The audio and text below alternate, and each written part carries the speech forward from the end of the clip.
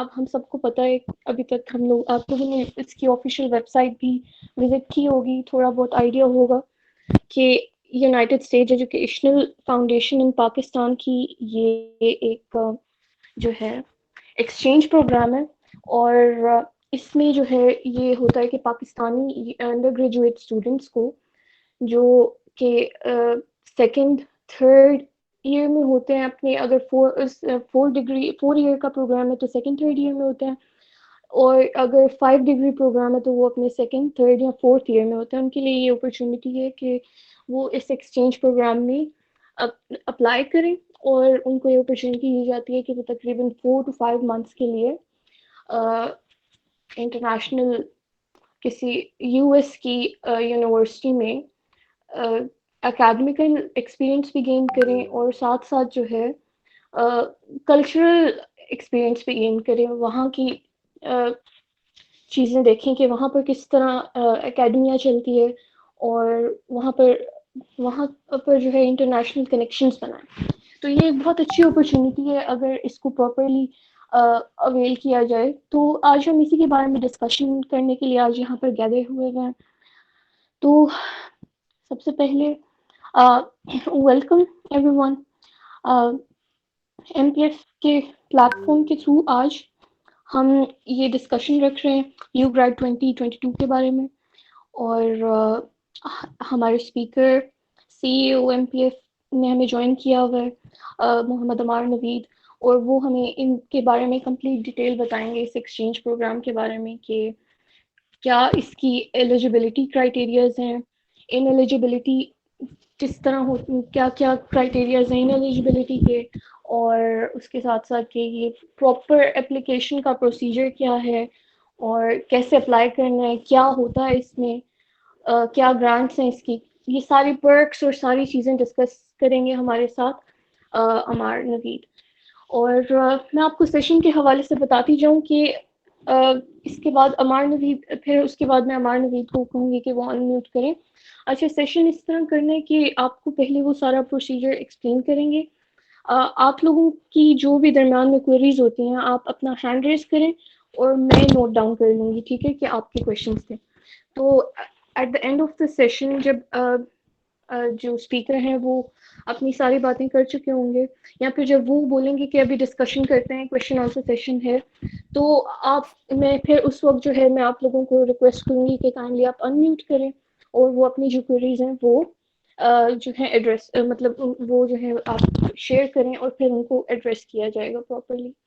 तो I hope ये आप सब कोऑपरेट करेंगे हमारे साथ, और थ्रू आउट द सेशन आप लोग अनम्यूट ही रहिएगा। जब आपसे रिक्वेस्ट की जाए कि आप अनम्यूट नहीं म्यूट रहिएगा, और जब आपसे रिक्वेस्ट की जाए कि आप अनम्यूट करें तो काइंडली आप अनम्यूट करके जो भी आपने डिस्कस करनी होंगी चीज़ें या फिर जो भी क्वेश्चंस पूछने होंगे वो पूछ लेना। तो अमार, मैं आपसे रिक्वेस्ट करती हूँ कि आप अपना माइक अनम्यूट करें और सेशन को आगे बढ़ाएं। Thank you. अस्सलाम वालेकुम एवरीवन। अच्छा, मेरी आवाज़ ठीक आ रही है? यस अमार, बिल्कुल क्लियर। कोई पीछे शोर वगैरह या कोई भी ऐसी चीज़ हो या कहीं पे भी आपको कोई चीज़ समझ ना आए तो आप बीच में जो है अनम्यूट कर सकते हैं। बिस्मिल्लाहिर्रहमानिर्रहीम, स्टार्ट लेते हैं। अच्छा, इंट्रोडक्शन से पहले मैं आपको एक चीज़ कहूँगा। कम से कम जो लड़के हैं या जो भी लोग जो है ना इजीली अपनी वीडियो ऑन कर सकते हैं, अपनी वीडियो ऑन कर लें, क्योंकि ये सारी गेम यहाँ पे जो है कॉन्फिडेंस की है। यहाँ पे कोई इतना फॉर्मल सेशन नहीं होने वाला है। इंशाल्लाह इंतहाई इंटरेक्टिव वे में लेके चलेंगे हम इसे। और अपनी वीडियोस ऑन कर लें, अगर आप लोग करना चाहते हैं, नहीं करना चाहते तो ये आप पे डिपेंड करता है। तो ये बेसिकली ऐसी चीज़ होती है जो फर्दर आपको जो है ना कॉन्फिडेंट बनाती है। तो मैं यही चाहूँगा कि और कोई नहीं कर सकता तो लड़के जितने भी हैं वो कर लें। खैर, स्टार्ट करते हैं। मेहराब ने एक बहुत अच्छा स्टार्ट लिया और एक ब्रीफ जो है वो इंट्रो भी दे दिया। तो एक मैं अपना इंट्रो देता हूँ सबको, और उसके बाद जो है हम अपने जो हमारा मेन एम है जिस पे हमने आज डिस्कशन करनी है, काफ़ी सारी चीज़ें होती हैं, आपको भी पता है बहुत सारी चीज़ें होती हैं, और बहुत सारी कन्फ्यूजन हम इंशाल्लाह दूर करेंगे। फर्स्ट ऑफ ऑल, आपका पता है मेरा नाम मोहम्मद अमार नवीद, और मैं एक सोशल एक्टिविस्ट हूँ और founder and the CEO of motivation path finders. और बेसिकली मैं एक स्टूडेंट हूँ, डॉक्टर ऑफ फिजिकल थेरेपी का स्टूडेंट हूँ मैं, और शहीद जुल्फ़िकार अली भुट्टो मेडिकल यूनिवर्सिटी से मैं अभी 4th ईयर में हूँ। एनीवेज ये चीज़ें डिस्कस होती रहेंगी। अच्छा, कोई भी वीडियो नहीं ऑन करना चाहता मेरे ख्याल से।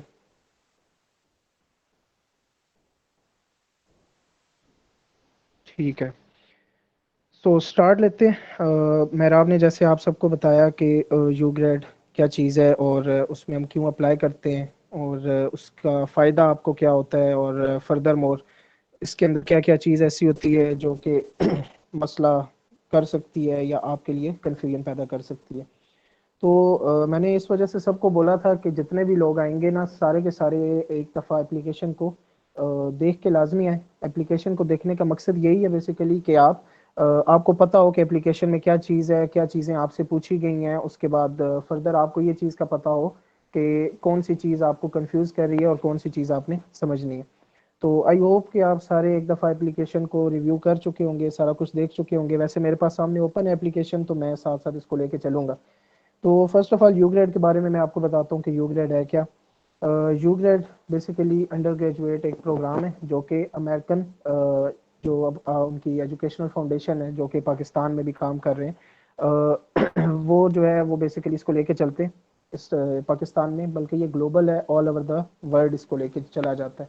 तो पाकिस्तान में भी ये चीज़ होती है, हर साल होती है। इस दफ़ा कोविड की वजह से पिछले साल नहीं हो सकी, लेकिन इस दफ़ा दोबारा 2022 उन्होंने अनाउंस किया। इवन 2021 भी नहीं आया था बीच में, और 2019 में कुछ एप्लीकेंट्स थे जिन लोगों ने अप्लाई किया था और वही लोग आगे कंपनसेट होते गए। तो अभी यू ग्रेड के बारे में मैं आपको सिर्फ इतना बताऊंगा, बाकी आपको सारे का सारा पता चलता जाएगा आहिस्ता आहिस्ता ये जैसे ही हमारा सेशन आगे चलता है। तो यू ग्रेड एक अंडर ग्रेजुएट कल्चरल, बेसिकली ये नॉन एकेडमिक है।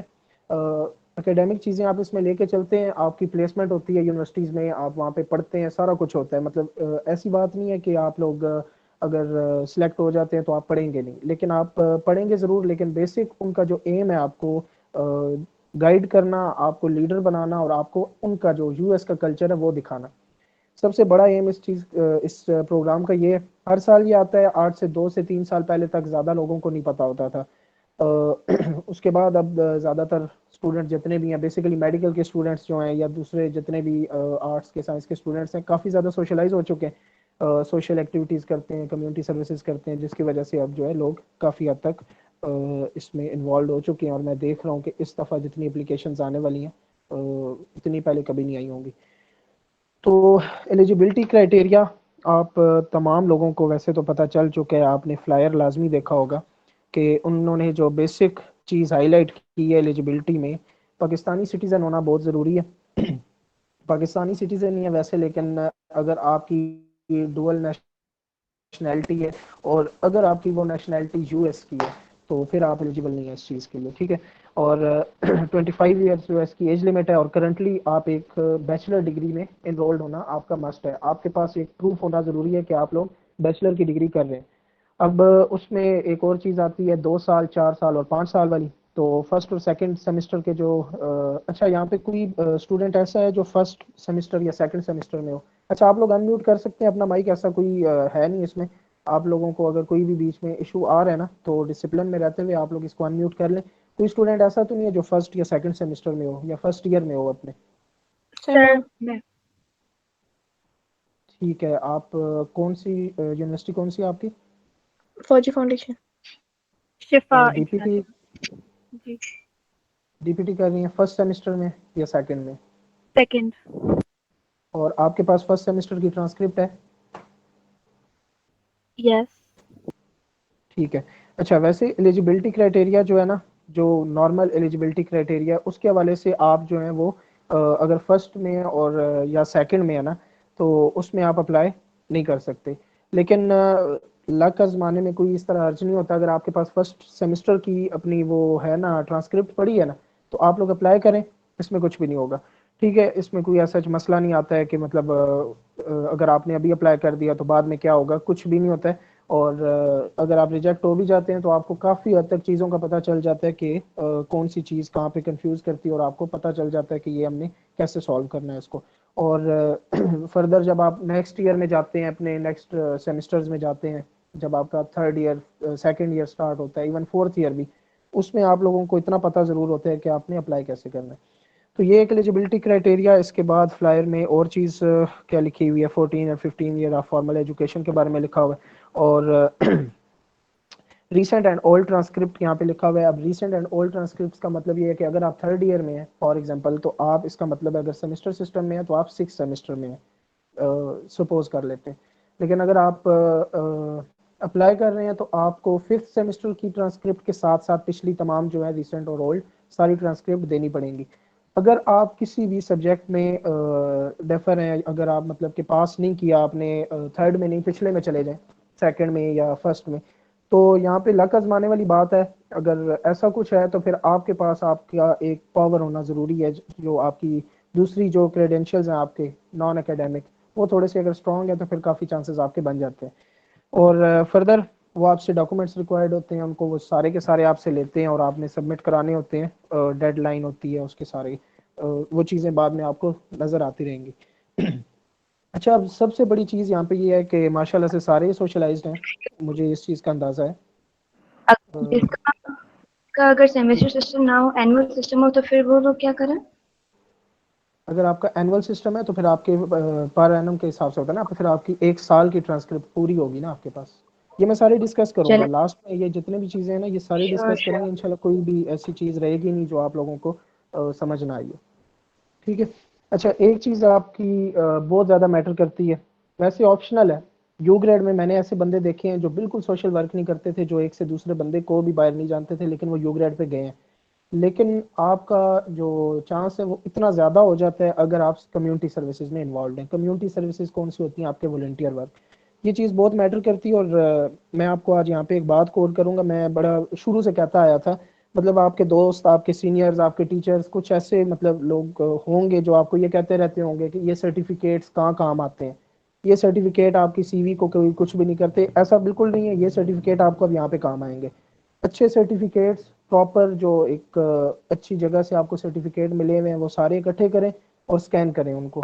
ये जितनी भी नॉन एकेडमिक स्किल्स में आपकी सर्टिफिकेशन होती है वो आप लोग वहाँ पे पोस्ट करेंगे।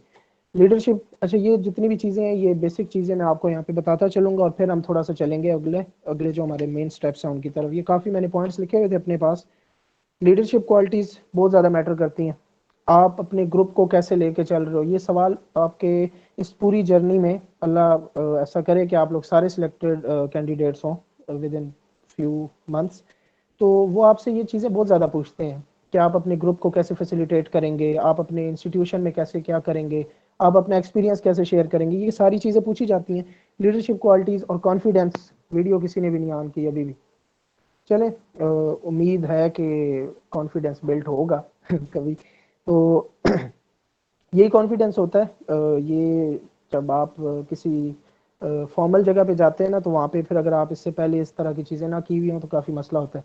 एनीवेज, कॉन्फिडेंस आपका बहुत ज़्यादा मैटर करता है, कॉन्फिडेंट होना आपका बहुत ज़रूरी है। अगर आपने कोई चीज़ बोल दी है तो बोल दी है, अगर पहले तो सोच के बोलें कि कुछ आपने बोला है तो वो गलत नहीं है, वो ठीक है, लेकिन अगर वो गलत है तो फिर इसमें आपकी गलती। और ये चीज़ कभी भी मत करिएगा, जब मैं स्टेटमेंट ऑफ पर्पस पे आऊँगा तो पहली बात ही मैं आपको ये कह रहा हूँ।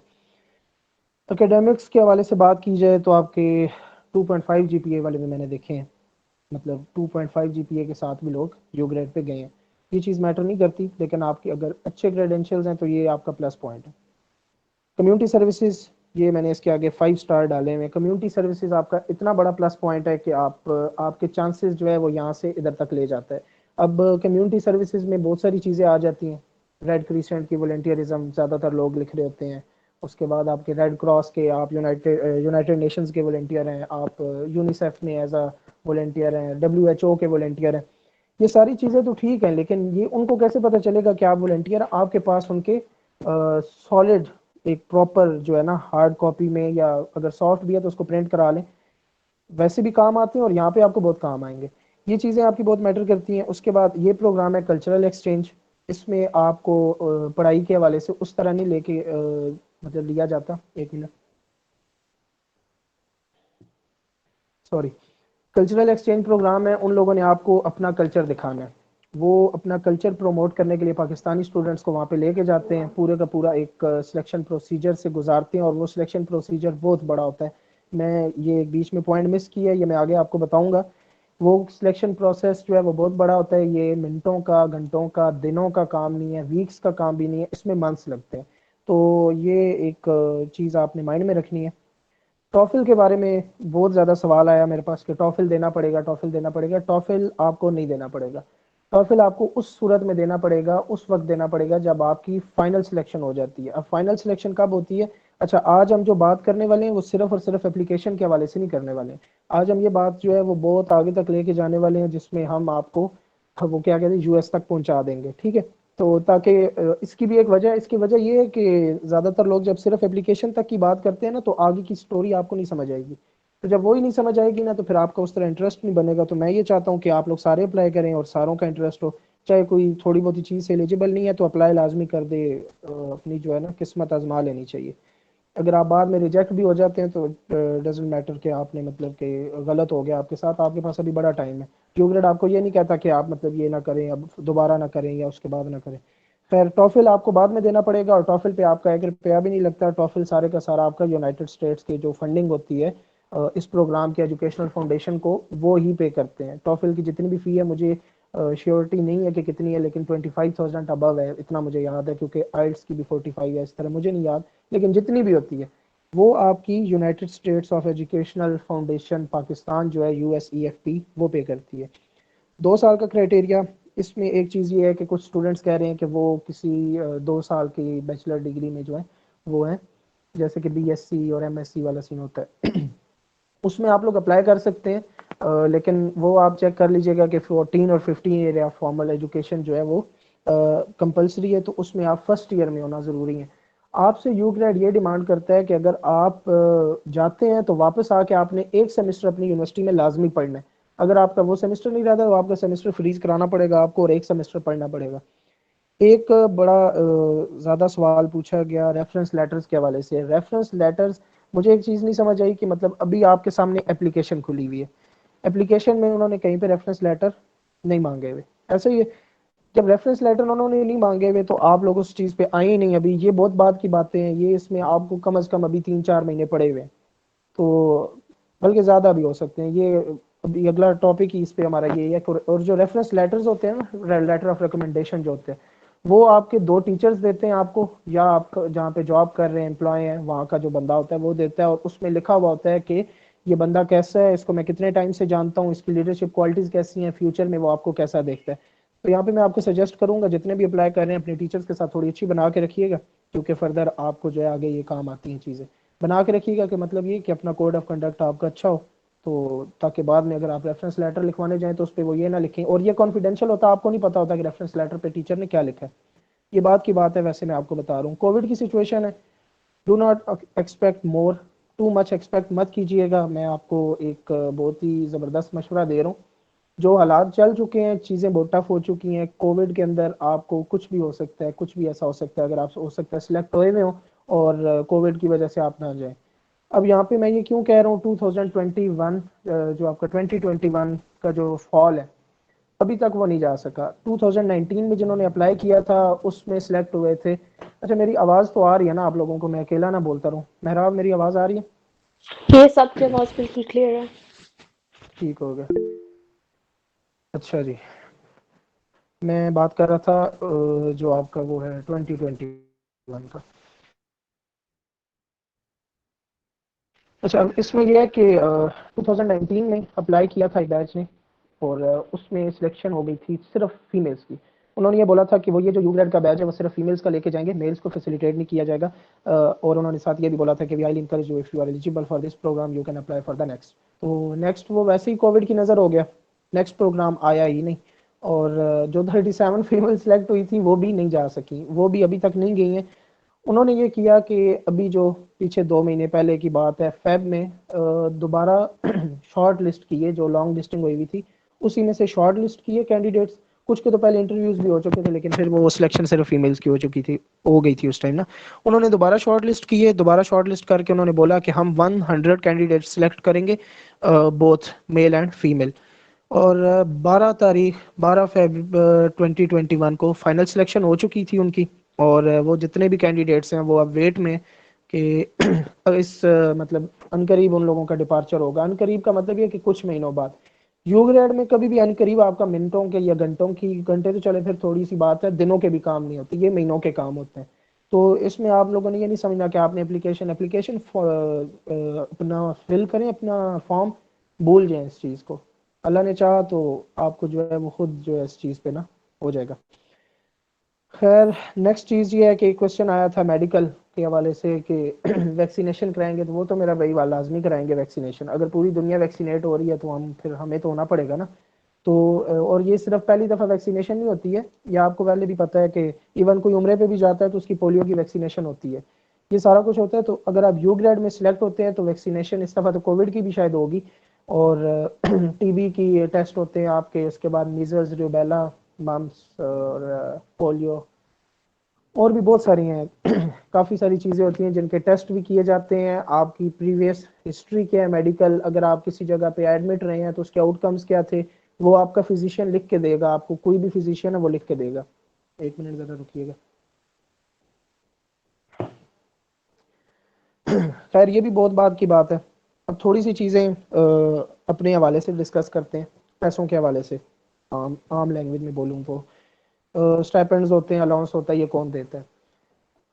आयरिक्स, आयरिक्स जो है वो एक एफिलिएटेड है इनके साथ, C U S C F P, या मतलब ओवरऑल यू ग्रेड का जितना भी प्रोग्राम है या एजुकेशनल फाउंडेशन जो है, वो सब कुछ वो पे करते हैं आपका। इवन आपको भी नहीं पता होता पहले कि आप किस यूनिवर्सिटी में जा रहे हैं किस यूनिवर्सिटी में जा रहे हैं, यूएस की यूनिवर्सिटीज़। आपका टॉफिल टेस्ट होता है, टॉफिल के टेस्ट के नंबर्स आते हैं, नंबर्स जब आपका वो स्कोरिंग होती है, उसका एक प्रॉपर स्केल होता है, वो उन्हीं के पास होता है, वो आपका रिजल्ट घर आ जाता है, उस स्कोरिंग की बेसिस पे आपकी होती है प्लेसमेंट। आपके रिकमेंडेशन लेटर्स जो हैं वो आयरेक्स के थ्रू जो है आपकी उस यूनिवर्सिटी में जाते हैं जहाँ पे आपकी सिलेक्शन हुई है, ताकि उनको पता चले कि ये स्टूडेंट कौन सी यूनिवर्सिटी से आया है और इसके टीचर इसके बारे में क्या समझते हैं। और इवन आपको बुक के लिए अलाउंस दिया जाता है। अगर आप इस्लामाबाद से हैं तो इस्लामाबाद से, लाहौर से, कराची से, इनकी एयरपोर्ट से लेकर उधर की वाशिंगटन डीसी तक, वहाँ से, अच्छा 3 चीज़ें होती हैं वहाँ पे। आपकी वेलकम वर्कशॉप होती है, फिर आपको वहाँ से दोबारा जो है होस्ट इंस्टीट्यूशन में ले जाया जाता है। ये जितनी भी चीज़ें होती हैं, इवन आपकी वहाँ की अकोमोडेशन, जो ये जितनी भी चीज़ें, आपकी हॉस्टल की फ़ी, आपके इसे क्या कहते हैं, यूनिवर्सिटी की फ़ी, ये सब की सब आपकी अमेरिकन गवर्नमेंट जो है वो दे रही होती है। इसमें आप 1 रुपया भी नहीं लगाते हैं। वो ये क्लियरली मेंशनड है इधर, एक जगह मैंने पहले देखा था कि अगर आप पैसे कुछ यूज़ करते हैं तो वो आपका अपना खर्चा होगा, वो आपने कोई चीज़ लेनी है तो ले लें, नहीं तो उनकी तरफ से ऐसी कोई डिमांड नहीं है। इसी वजह से ये home to home fully funded program कहा जाता है। और मोस्ट स्पेशल भी मैं कहूँगा और मोस्ट फेमस प्रोग्राम जो है, वैसे तो बहुत सारी हैं आपके पास, सर्न के नाम से एक आती है, उसके बाद एक और भी है, मुझे अब उसका याद नहीं आ रहा स्विट्जरलैंड की, आई थिंक सो वो यही है। खैर बहुत सारी हैं, और भी काफ़ी सारी स्कॉलरशिप्स होती हैं, एक्सचेंज प्रोग्राम्स होते हैं, लेकिन ये बहुत ज़्यादा फेमस है और इसका अंदाज़ा आपको हो चुका होगा अभी जितने जो स्टेटस लग रहे हैं और सारा कुछ हो रहा है। खैर अब नेक्स्ट जो फर्दर है वीज़ा के बारे में। अच्छा माशाल्लाह हुर्मत ने वीडियो ऑन की हुई है अच्छा, वीज़ा के बारे में मैं आपको बताता चलूँ, ये चीज़ें नोट कर लीजिएगा, और फर्दर अगर आपको कोई भी मसला होता है, टाइम बहुत ज़्यादा है, लेकिन ये कभी मत सोचना कि आखिरी दिन कर लेंगे, 28 अप्रैल को तो हो जाएगा, वो बड़ा मुश्किल हो जाता है फिर चीज़ें। आपको पता है ना, पाकिस्तान में ना इंटरनेट कभी चल रहा होता है और ना आपको जो है कभी टाइम मिल रहा होता है, या फिर आपका कई दफ़ा जो लिखा पड़ा होता है ना आपकी पर्सनल स्टेटमेंट, वही फॉर्म में से उड़ जाती है, कितने ज़बरदस्त वेबसाइट्स चल रही होती हैं। तो इसके हवाले से मैं आपको बताता चलो वीज़ा के बारे में। वीज़ा इंटरव्यू होता है प्रॉपर, और ये आपका बहुत आखिरी आखिरी का स्टेप है। तो ज़्यादा नहीं सोचना, ये जितनी चीज़ें बता रहा हूँ ये आपको मैं एक्सपेक्ट नहीं करा रहा हूँ, ये मैं सिर्फ तब बता रहा हूँ कि आपको ना हो, और आप अगर अप्लाई कर रहे हो तो ज़रा दिल से करो, क्योंकि कुछ स्टूडेंट जो होते हैं ना वो ऐसे ही कर देते हैं, बस ठीक है जी हो गया तो हो गया, ना हुआ तो आपने दिल में ये सोचना है कि आपका होना चाहिए ये। अब होना चाहिए के बाद एक चीज़ आती है, मैं देख रहा हूँ कुछ सीनियर्स, कुछ इंस्टीट्यूशंस में टीचर्स, इवन कुछ बड़े जो हैं वो डिस्करेज कर रहे हैं स्टूडेंट्स को, कह रहे हैं कि आपको सेमेस्टर रिपीट करना पड़ जाएगा, आपको आपका साल वेस्ट हो जाएगा। एनुअल वालों का तो साल वेस्ट होता है, मैं खुद एनुअल वाला हूँ, मुझे मैं इसका बेहतर अंदाज़ा लगा सकता हूँ कि अगर मतलब मेरा ये सीन होता है तो मेरा तो साल वेस्ट हो जाएगा। तो मैं आपको एक बात बताता हूँ कि ये क्वेश्चन भी आया था, शायद मेहराब ने मुझे बताया था। अच्छा पीछे शोर आ रहा होगा तो उसके लिए आप थोड़ा सा कोऑपरेट कीजिएगा, कॉम्प्रोमाइज़ कीजिएगा, ये पिंडी है।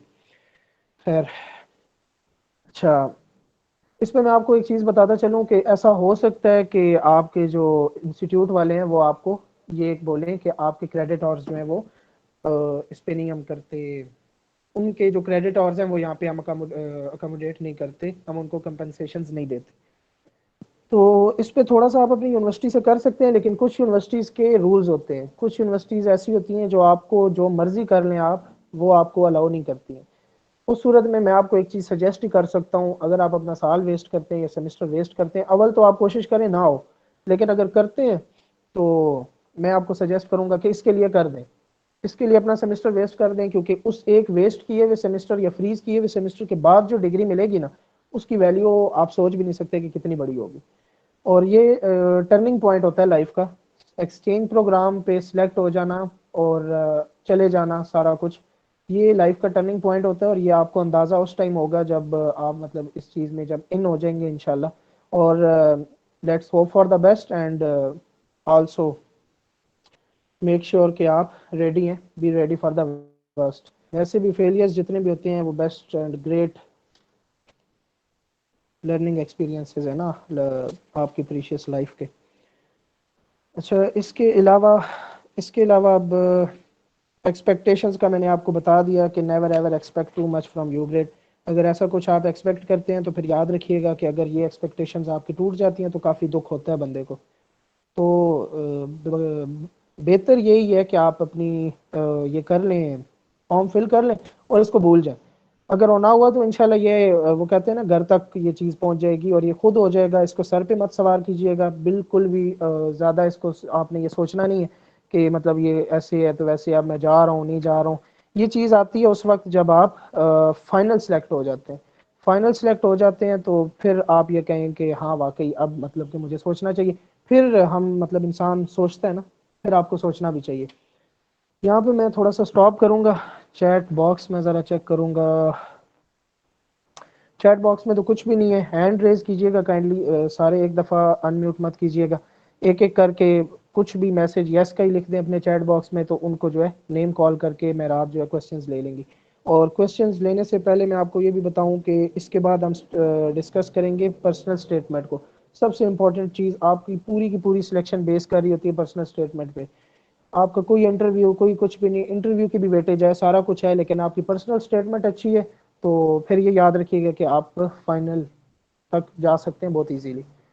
तो किसी का कोई क्वेश्चन अभी यहाँ पे, किसी इस जगह तक कोई भी क्वेश्चन है तो वो यहाँ पे कर ले, लाजमी अभी कर ले, ताकि फिर बाद में हम पर्सनल स्टेटमेंट पे डिस्कशन शुरू करें।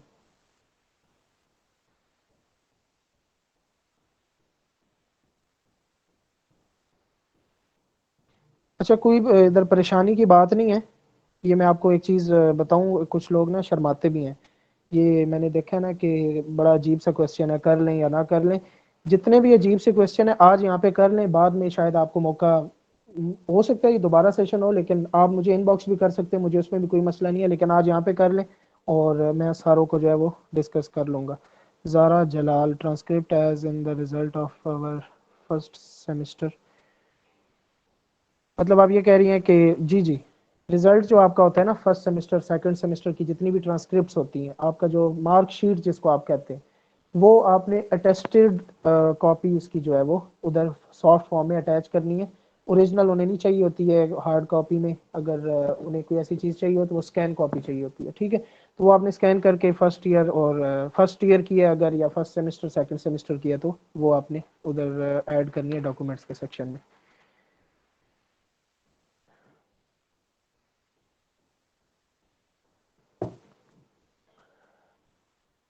अच्छा जी, ये क्लियर हो गया question. Kindly elaborate community services. Community services क्या होती हैं अरीशा खान? कम्युनिटी सर्विसेज क्या होती हैं? आप जितना भी वॉलेंटियर वर्क करते हैं ना, ये कम्युनिटी सर्विसेज होती हैं। आज से कुछ अर्सा पहले पाकिस्तान में इस चीज़ का इतना ज़्यादा नहीं होता था, बहुत से लोग हैं वैसे, ऐसा भी नहीं है, लेकिन आबादी भी बहुत ज़्यादा है, तो ऐसा नहीं होता था। अब जाके मतलब 2 से 3 साल हुए हैं कि लोग जो है इसकी तरफ आ चुके हैं कि कम्युनिटी सर्विसेज करनी चाहिए। क्योंकि पहले ऐसा फील होता था लोगों को कि ये एक्स्ट्रा काम है, बस पढ़ो ही पढ़ो और कुछ नहीं रखा हुआ ज़िंदगी में, सिर्फ पढ़ना है आपने और कुछ भी नहीं करना। लेकिन अब जाके लोग इसकी ज़रूरत होगी है लोगों को, और लोग समझ चुके हैं कि ये करना ज़रूरी है।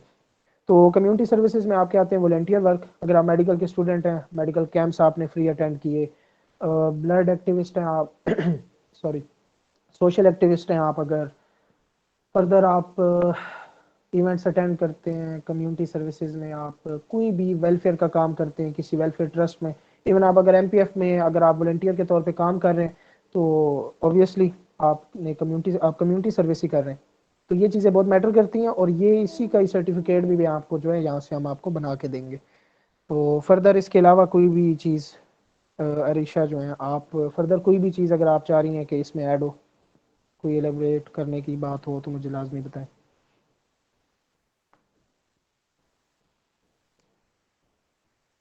बिलाल भाई, जीपीए मैटर नहीं करता, आपका मैटर करता है। अच्छा, ये मैं आपको बताऊं कि वेटेज हर चीज़ की होती है, सिर्फ इस तरह नहीं है कि आपकी कम्युनिटी सर्विसेज ही आपको आगे ले जाएंगी। आपकी कम्युनिटी सर्विसेज, आपने पर्सनल स्टेटमेंट कैसे लिखी, आपके युग इसके ग्रेडिंग कितनी है, जीपीए कितना है, परसेंटेज कितनी है, और बेसिकली वो तमाम चीज़ों को देख के एक यूनिक बंदा ढूंढ रहे होते हैं। तो अब आपने अपने आप को यूनिक किस तरह दिखाओगे आप, तो ये तो आप पे डिपेंड करता है। जीपीए मैंने पहले यहाँ पे, शायद आप लेट आए, मैंने पहले कोड किया कि 2.5 जीपीए के साथ भी लोग यूग्रेड पे गए हुए, तो फिर आपको अंदाजा हो चुका होगा कि फिर इतना ये कितना मैटर करता है, इतना आपको अंदाजा हो चुका होगा। फर्दर एक्स्ट्रा करिकुलर एक्टिविटीज में डिबेटिंग सर्टिफिकेट्स एक्स्ट्रा का कितना रोल होगा, वहाँ पे बहुत जगह होती है वैसे इसकी ना, ये जो है ना आपके सर्टिफिकेट्स की बड़ी जगह होती है। आपने अगर फॉर्म, एप्लीकेशन फॉर्म जो है ना, ये सारा ओपन करके देखा है, इधर मेरे सामने ओपन है, तो इसमें आपके नॉन एकेडमिक जो एक्टिविटीज़ होती है ना, एडिशनल इंफॉर्मेशन में होती है ना, तो इसके अंदर बड़ी जगह बनी हुई होती है, और आप बहुत सारे कर सकते हैं। लेकिन मैं आपको सजेस्ट ये करूंगा कि आप लोग कोशिश ये कीजिएगा कि सिर्फ थोड़े से प्रोडक्टिव किस्म के जो सर्टिफिकेट्स हैं ना आपके, जैसे कि आपके मेडिकल कैंप्स के हो गए, आपने किसी जगह पे फूड ड्राइव की है, किसी जगह पे वॉल ऑफ काइंडनेस पे आप गए हैं, ये इसी वजह से हम मतलब कि शुरू से पहले दिन से ये चीज़ें कहते रहते हैं कि आप एक्टिव हो जाएं, क्योंकि ये चीज़ें काम आती हैं बाद में। अगर आप किसी भी ग्रुप में रह के अगर आपके पास इस तरह की चीज़ चीज़ सर्टिफिकेट होना भी इतना मैटर नहीं करता, आपके पास अगर दिल में वो एक चीज़ है और दूसरा एक्सपीरियंस है ना, तो ये बड़ी चीज़ है। तो बात उस पर आते हैं जो आपने पूछी कि बिल्कुल आप ऐड कर सकती हैं, लेकिन पहले वो ऐड करें जो आई थिंक सो पहले 15 सर्टिफिकेट्स का होता था, मुझे अभी कंफर्म नहीं है, अभी की मैंने एप्लीकेशन नहीं की है, प्रॉपर सॉल्व नहीं की है, लेकिन बाकी मैंने देखा है जितने भी हो सकते हैं आप पहले वो ऐड कीजिएगा जो सबसे ज़्यादा बेहतरीन है। Thank you very much for services, WHO services, so I was asking about. ठीक हो गया। आपको कितने सेमेस्टर फ्रीज कराने पड़ते हैं इन केस सिलेक्शन होती है तो? कुरातुल हैदर, एक ही सेमेस्टर आपका फ्रीज होगा। उसकी वजह यह है कि आप पूरा सेमेस्टर वहाँ पे नहीं जाते हैं। अगर आप फॉर एग्जांपल सितंबर, अक्टूबर, नवंबर, दिसंबर, 5 बहुत ज़्यादा मार के 5 पूरे महीने आपके होते हैं, ठीक है, छठा महीना आपका नहीं होता। तो आपको अब ये खुद आपको अंदाज़ा होगा कि आपका फॉल स्प्रिंग कहाँ से शुरू हो रहा है, मतलब किस हिसाब से शुरू हो रहा है, और अभी की जो कोविड की सिचुएशन चल रही है उस हिसाब से आप लोग अपनी डिग्री को किस जगह देख रहे हो। जैसे कि मैं अपनी डिग्री को लेट देख रहा हूँ, अल्लाह ना करे ऐसा हो, लेकिन मैं अपनी डिग्री को लेट देख रहा हूँ। वैसे मैंने अगले साल ग्रेजुएट होने 2022 में, तो मुझे अब मसाइल लग रहे हैं। तो सबका ऐसे मसले हैं, इवन MBBS के हमारे साथ जितने भी शहीद जुल्फ़िकार के, उनका भी मसला चल रहा है। तो अब ये आप पे डिपेंड करता है, आपकी डिग्री पे डिपेंड करता है। अगर आप जाते हैं फॉर एग्जांपल, अगर आप जनवरी में जाते हैं, मार्च अप्रैल मई जून, जून से पहले पहले आप वापस होंगे। जून खैर बहुत आगे निकल गया हूँ, मई में वापस होंगे, मिसाल दे रहा हूँ, ठीक है। तो मतलब फिर आप उस हिसाब से देख लें, तो जब सिलेक्शन हो जाएगी तो आपको बता देंगे कि आपने कब यहाँ से डिपार्चर, मतलब कि एक्सपेक्टेड क्या है और ये सारा कुछ क्या है, तो वो आपको पता चल जाएगा। वो NOC बनवाने के लिए कहते हैं आपको। मेरे हिसाब से तो एक ही सेमेस्टर फ्रीज होता है अमार, अगर आपका। जी जी। मेरे दो क्वेश्चन है। एक सबसे पहला क्वेश्चन तो ये है कि एकेडमिक फॉर्म वाला जो एरिया है वहां पे होता है कोर्स सिलेक्शन, ठीक है। एक तो अब ये है कि हम लोग यूनिवर्सिटी में एज अंडर ग्रेजुएट स्टूडेंट हैं, ठीक है, तो हम लोग एक अपना स्पेसिफिक मेजर कोर्स पढ़ रहे हैं, तो लाजमी है कि हम वही कोर्स सिलेक्ट करें जो हम पढ़ रहे हैं, या हम लोग वहां पे जाके डिफरेंशिएट कर सकते हैं कि और चूज कर सकते हैं।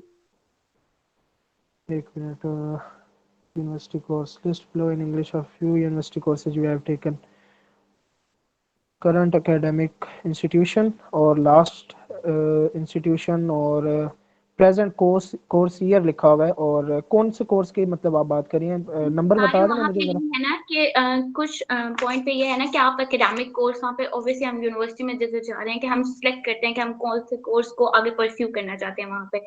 तो उसमें ये है कि जो हम लोग ऑलरेडी जो कर रहे हैं जिस फील्ड से रिलेटेड हम उसी में जाएंगे हम आगे वहाँ पे जाके। इसको जरा गौर से पढ़ना। ये वो होता है आपका प्लेसमेंट फॉर्म। वो पता है क्या चीज होती है, उसमें ये होता है कि आपने अपना जो है प्लेसमेंट किस यूनिवर्सिटी में हुई है आपकी, और ये आपका आईरेक्स डिसाइड करता है। आप नहीं डिसाइड करते कि आपकी सिलेक्शन किस यूनिवर्सिटी में होगी।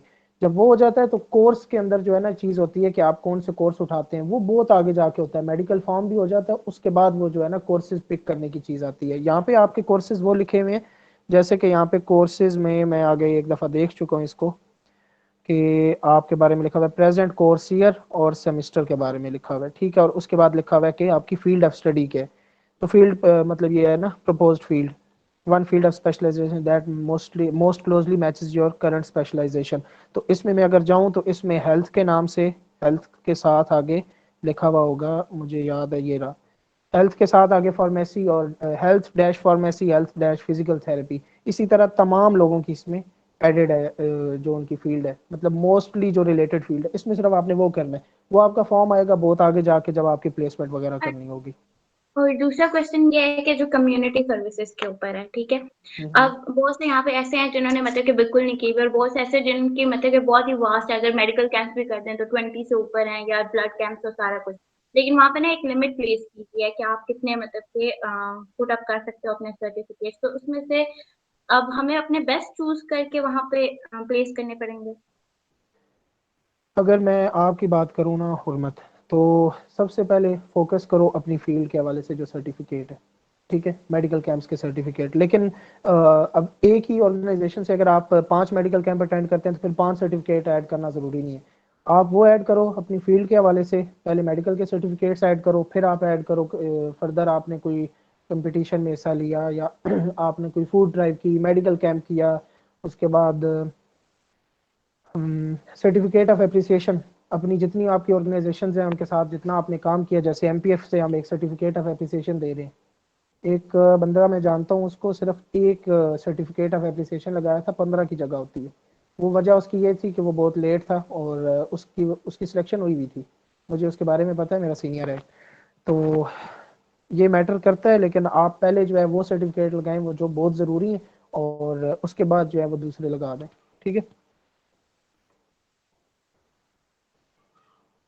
फर्दर उर्मत इसमें कोई चीज़ ऐड करने वाली हो?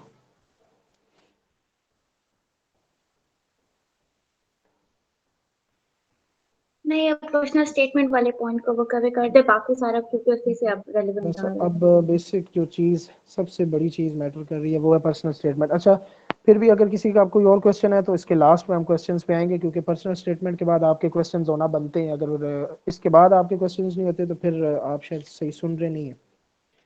पर्सनल स्टेटमेंट के बाद आपने क्वेश्चन करने, और ईच एंड एवरी क्वेश्चन, चाहे वो आपको ऐसा क्वेश्चन लगता है जो कि आप मतलब नहीं करना चाह रहे, तो वो मुझे इनबॉक्स कर दीजिएगा। लेकिन अगर आपको फिर भी बेहतर लग रहा है तो यहाँ पे कर लें, इससे कुछ नहीं होगा। इससे हो सकता है किसी और के माइंड में भी कोई क्वेश्चन हो तो वो यहाँ पे क्लियर हो जाए। जो 15 सर्टिफिकेट्स अलाउ होते हैं उनमें प्रीवियस रिजल्ट्स भी अपलोड करने हैं। नहीं, जो 15 सर्टिफिकेट्स अलाउ होते हैं उसमें अंदर आपने सिर्फ नॉन एकेडमिक करना है। आपने अगर एप्लीकेशन देखी है तो इसमें आप जाए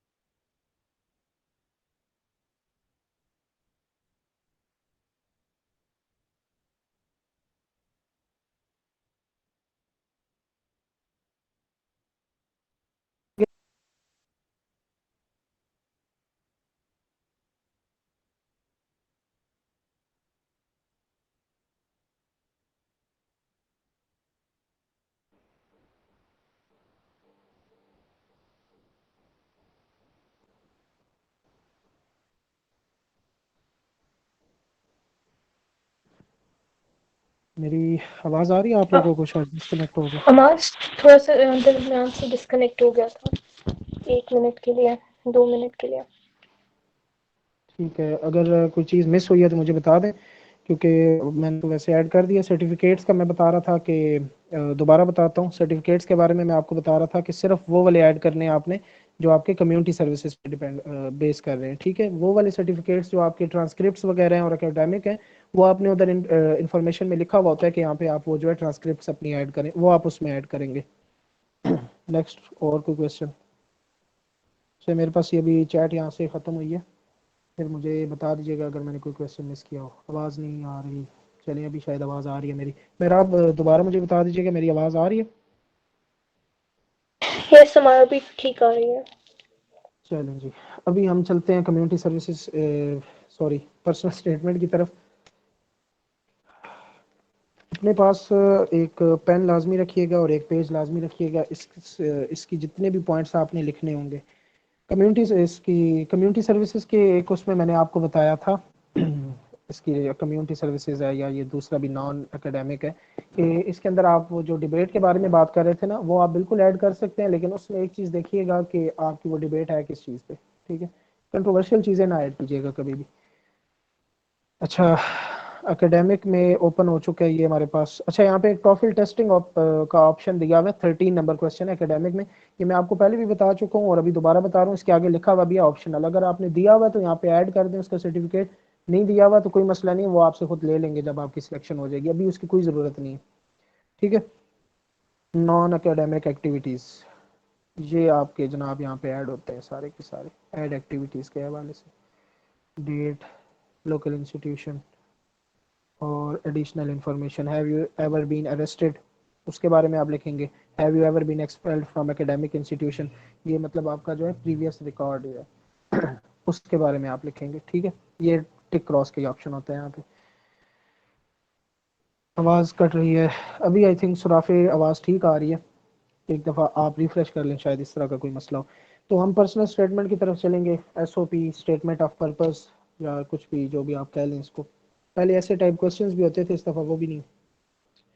सबसे पहली चीज़ याद रखिएगा, सबसे पहली चीज़, गूगल आप सारे यूज़ करते हैं, आप अगर गूगल पे जाएंगे तो आपको बेशुमार पर्सनल स्टेटमेंट्स लोगों की, सक्सेसर्स की, बेसिकली लोगों की सक्सेसर्स की मिलेंगी।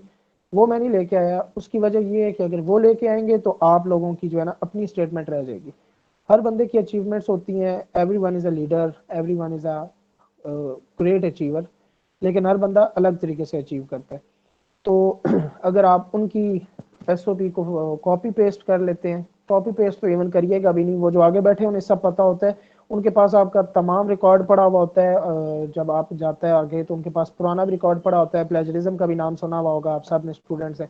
तो ये चीज़ कभी भी मत कीजिएगा, क्योंकि ये चीज़ आपको बहुत मसला क्रिएट करेगी। और जो बंदा ऐसा कुछ करेगा, मुझे, मैं आपको कंफर्म बताता चलूँ कि सिलेक्शन पे बहुत बड़ा असर पड़ता है, ठीक है। 1 मिनट मुझे सिर्फ दीजिएगा।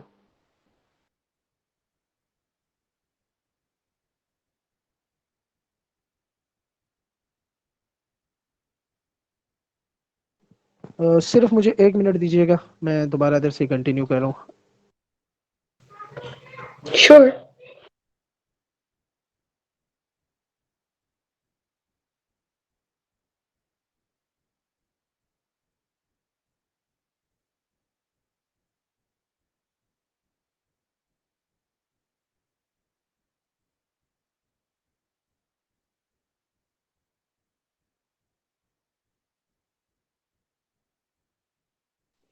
अच्छा अरीशा, जो आप डिस्कस कर रही थी यूनिसेफ वगैरह की, उसके आपको पता है ना, हमारी यूनिवर्सिटीज़ में आजकल आजकल नहीं, पिछले साल या पिछले से पिछले साल हल्ट प्राइस और WWF और इस तरह के ढेर सारे, पता है, डिफरेंट यूनिवर्सिटीज़ में आते हैं ऑर्गेनाइजेशंस अपने आप को प्रमोट कराने और इवेंट्स ऑर्गेनाइज करते हैं, ये जिस तरह हल्ट प्राइस वगैरह। अगर आपने इस तरह के भी किसी में किया हुआ पार्टिसिपेट किसी इवेंट में, तो ये भी बहुत मतलब कि ये भी आप ऐड कर सकते हैं अपने सर्टिफिकेशंस में,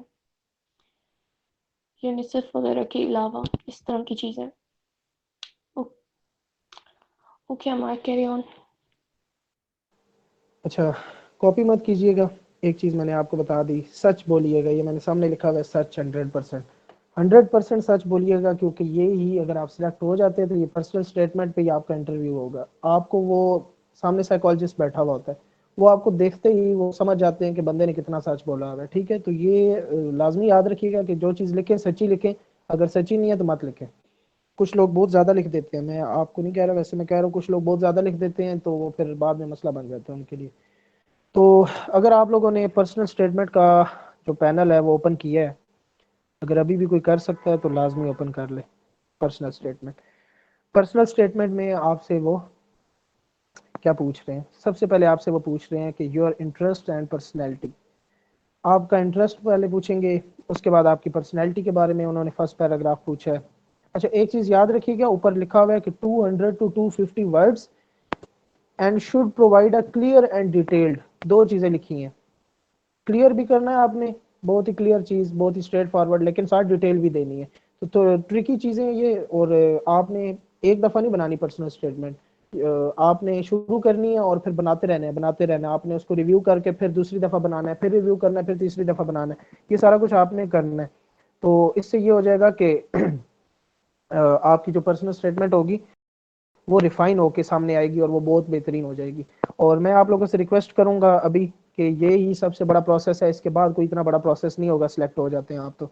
इसमें बहुत सीरियस रहिए, ये अगर आपने सीरियसली कर लिया तो फिर आप आगे निकल जाएंगे इंशाल्लाह। आपकी ये एप्लीकेशन ही सब कुछ है, मैं आपको बार बार कह रहा हूँ, यही एप्लीकेशन आपको कहीं ना कहीं ले जाती है, ठीक है। मैं आपको एक और चीज़ बताता हूँ, if you have done many thing but you have no certificate for the specific work. एक मिनट, ये पिछले सेक्शन से आया है। If you have done many things but you have no certificate for that,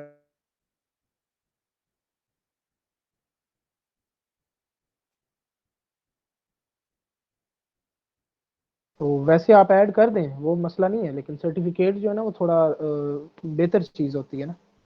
अगर आपने कोई ऐसा ऑर्गेनाइजेशंस में काम किया है तो आप ये करें कि उनसे सर्टिफिकेट्स ले लें अप्रिसिएशन का। ये तो एक मतलब लाजमी चीज़ है। जैसे कि मतलब हम अपने वॉलंटियर्स को अगर देखें तो हम उन्हें सर्टिफिकेट्स क्यों देंगे, क्योंकि उन्होंने हमारे साथ काम किया और अब उन्हें इस चीज़ की ज़रूरत है, तो ये हमारा वैसे फ़र्ज़ बनता है। तो ये आप लोग लाजमी करें कि जहाँ जहाँ पे आपने काम किया उनसे अप्रिसिएशन का इवन सर्टिफिकेट लाजमी एटलीस्ट ले लें। खैर, हम उस पर आते हैं, योर इंटरेस्ट एंड पर्सनैलिटी।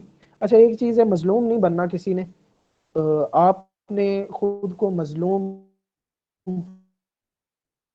नहीं दिखाना, ठीक है। इफ़ यू ऑन, अच्छा एक मिनट दीजिएगा मुझे बिला, मैं बिल्कुल वापस आ रहा हूँ आपकी।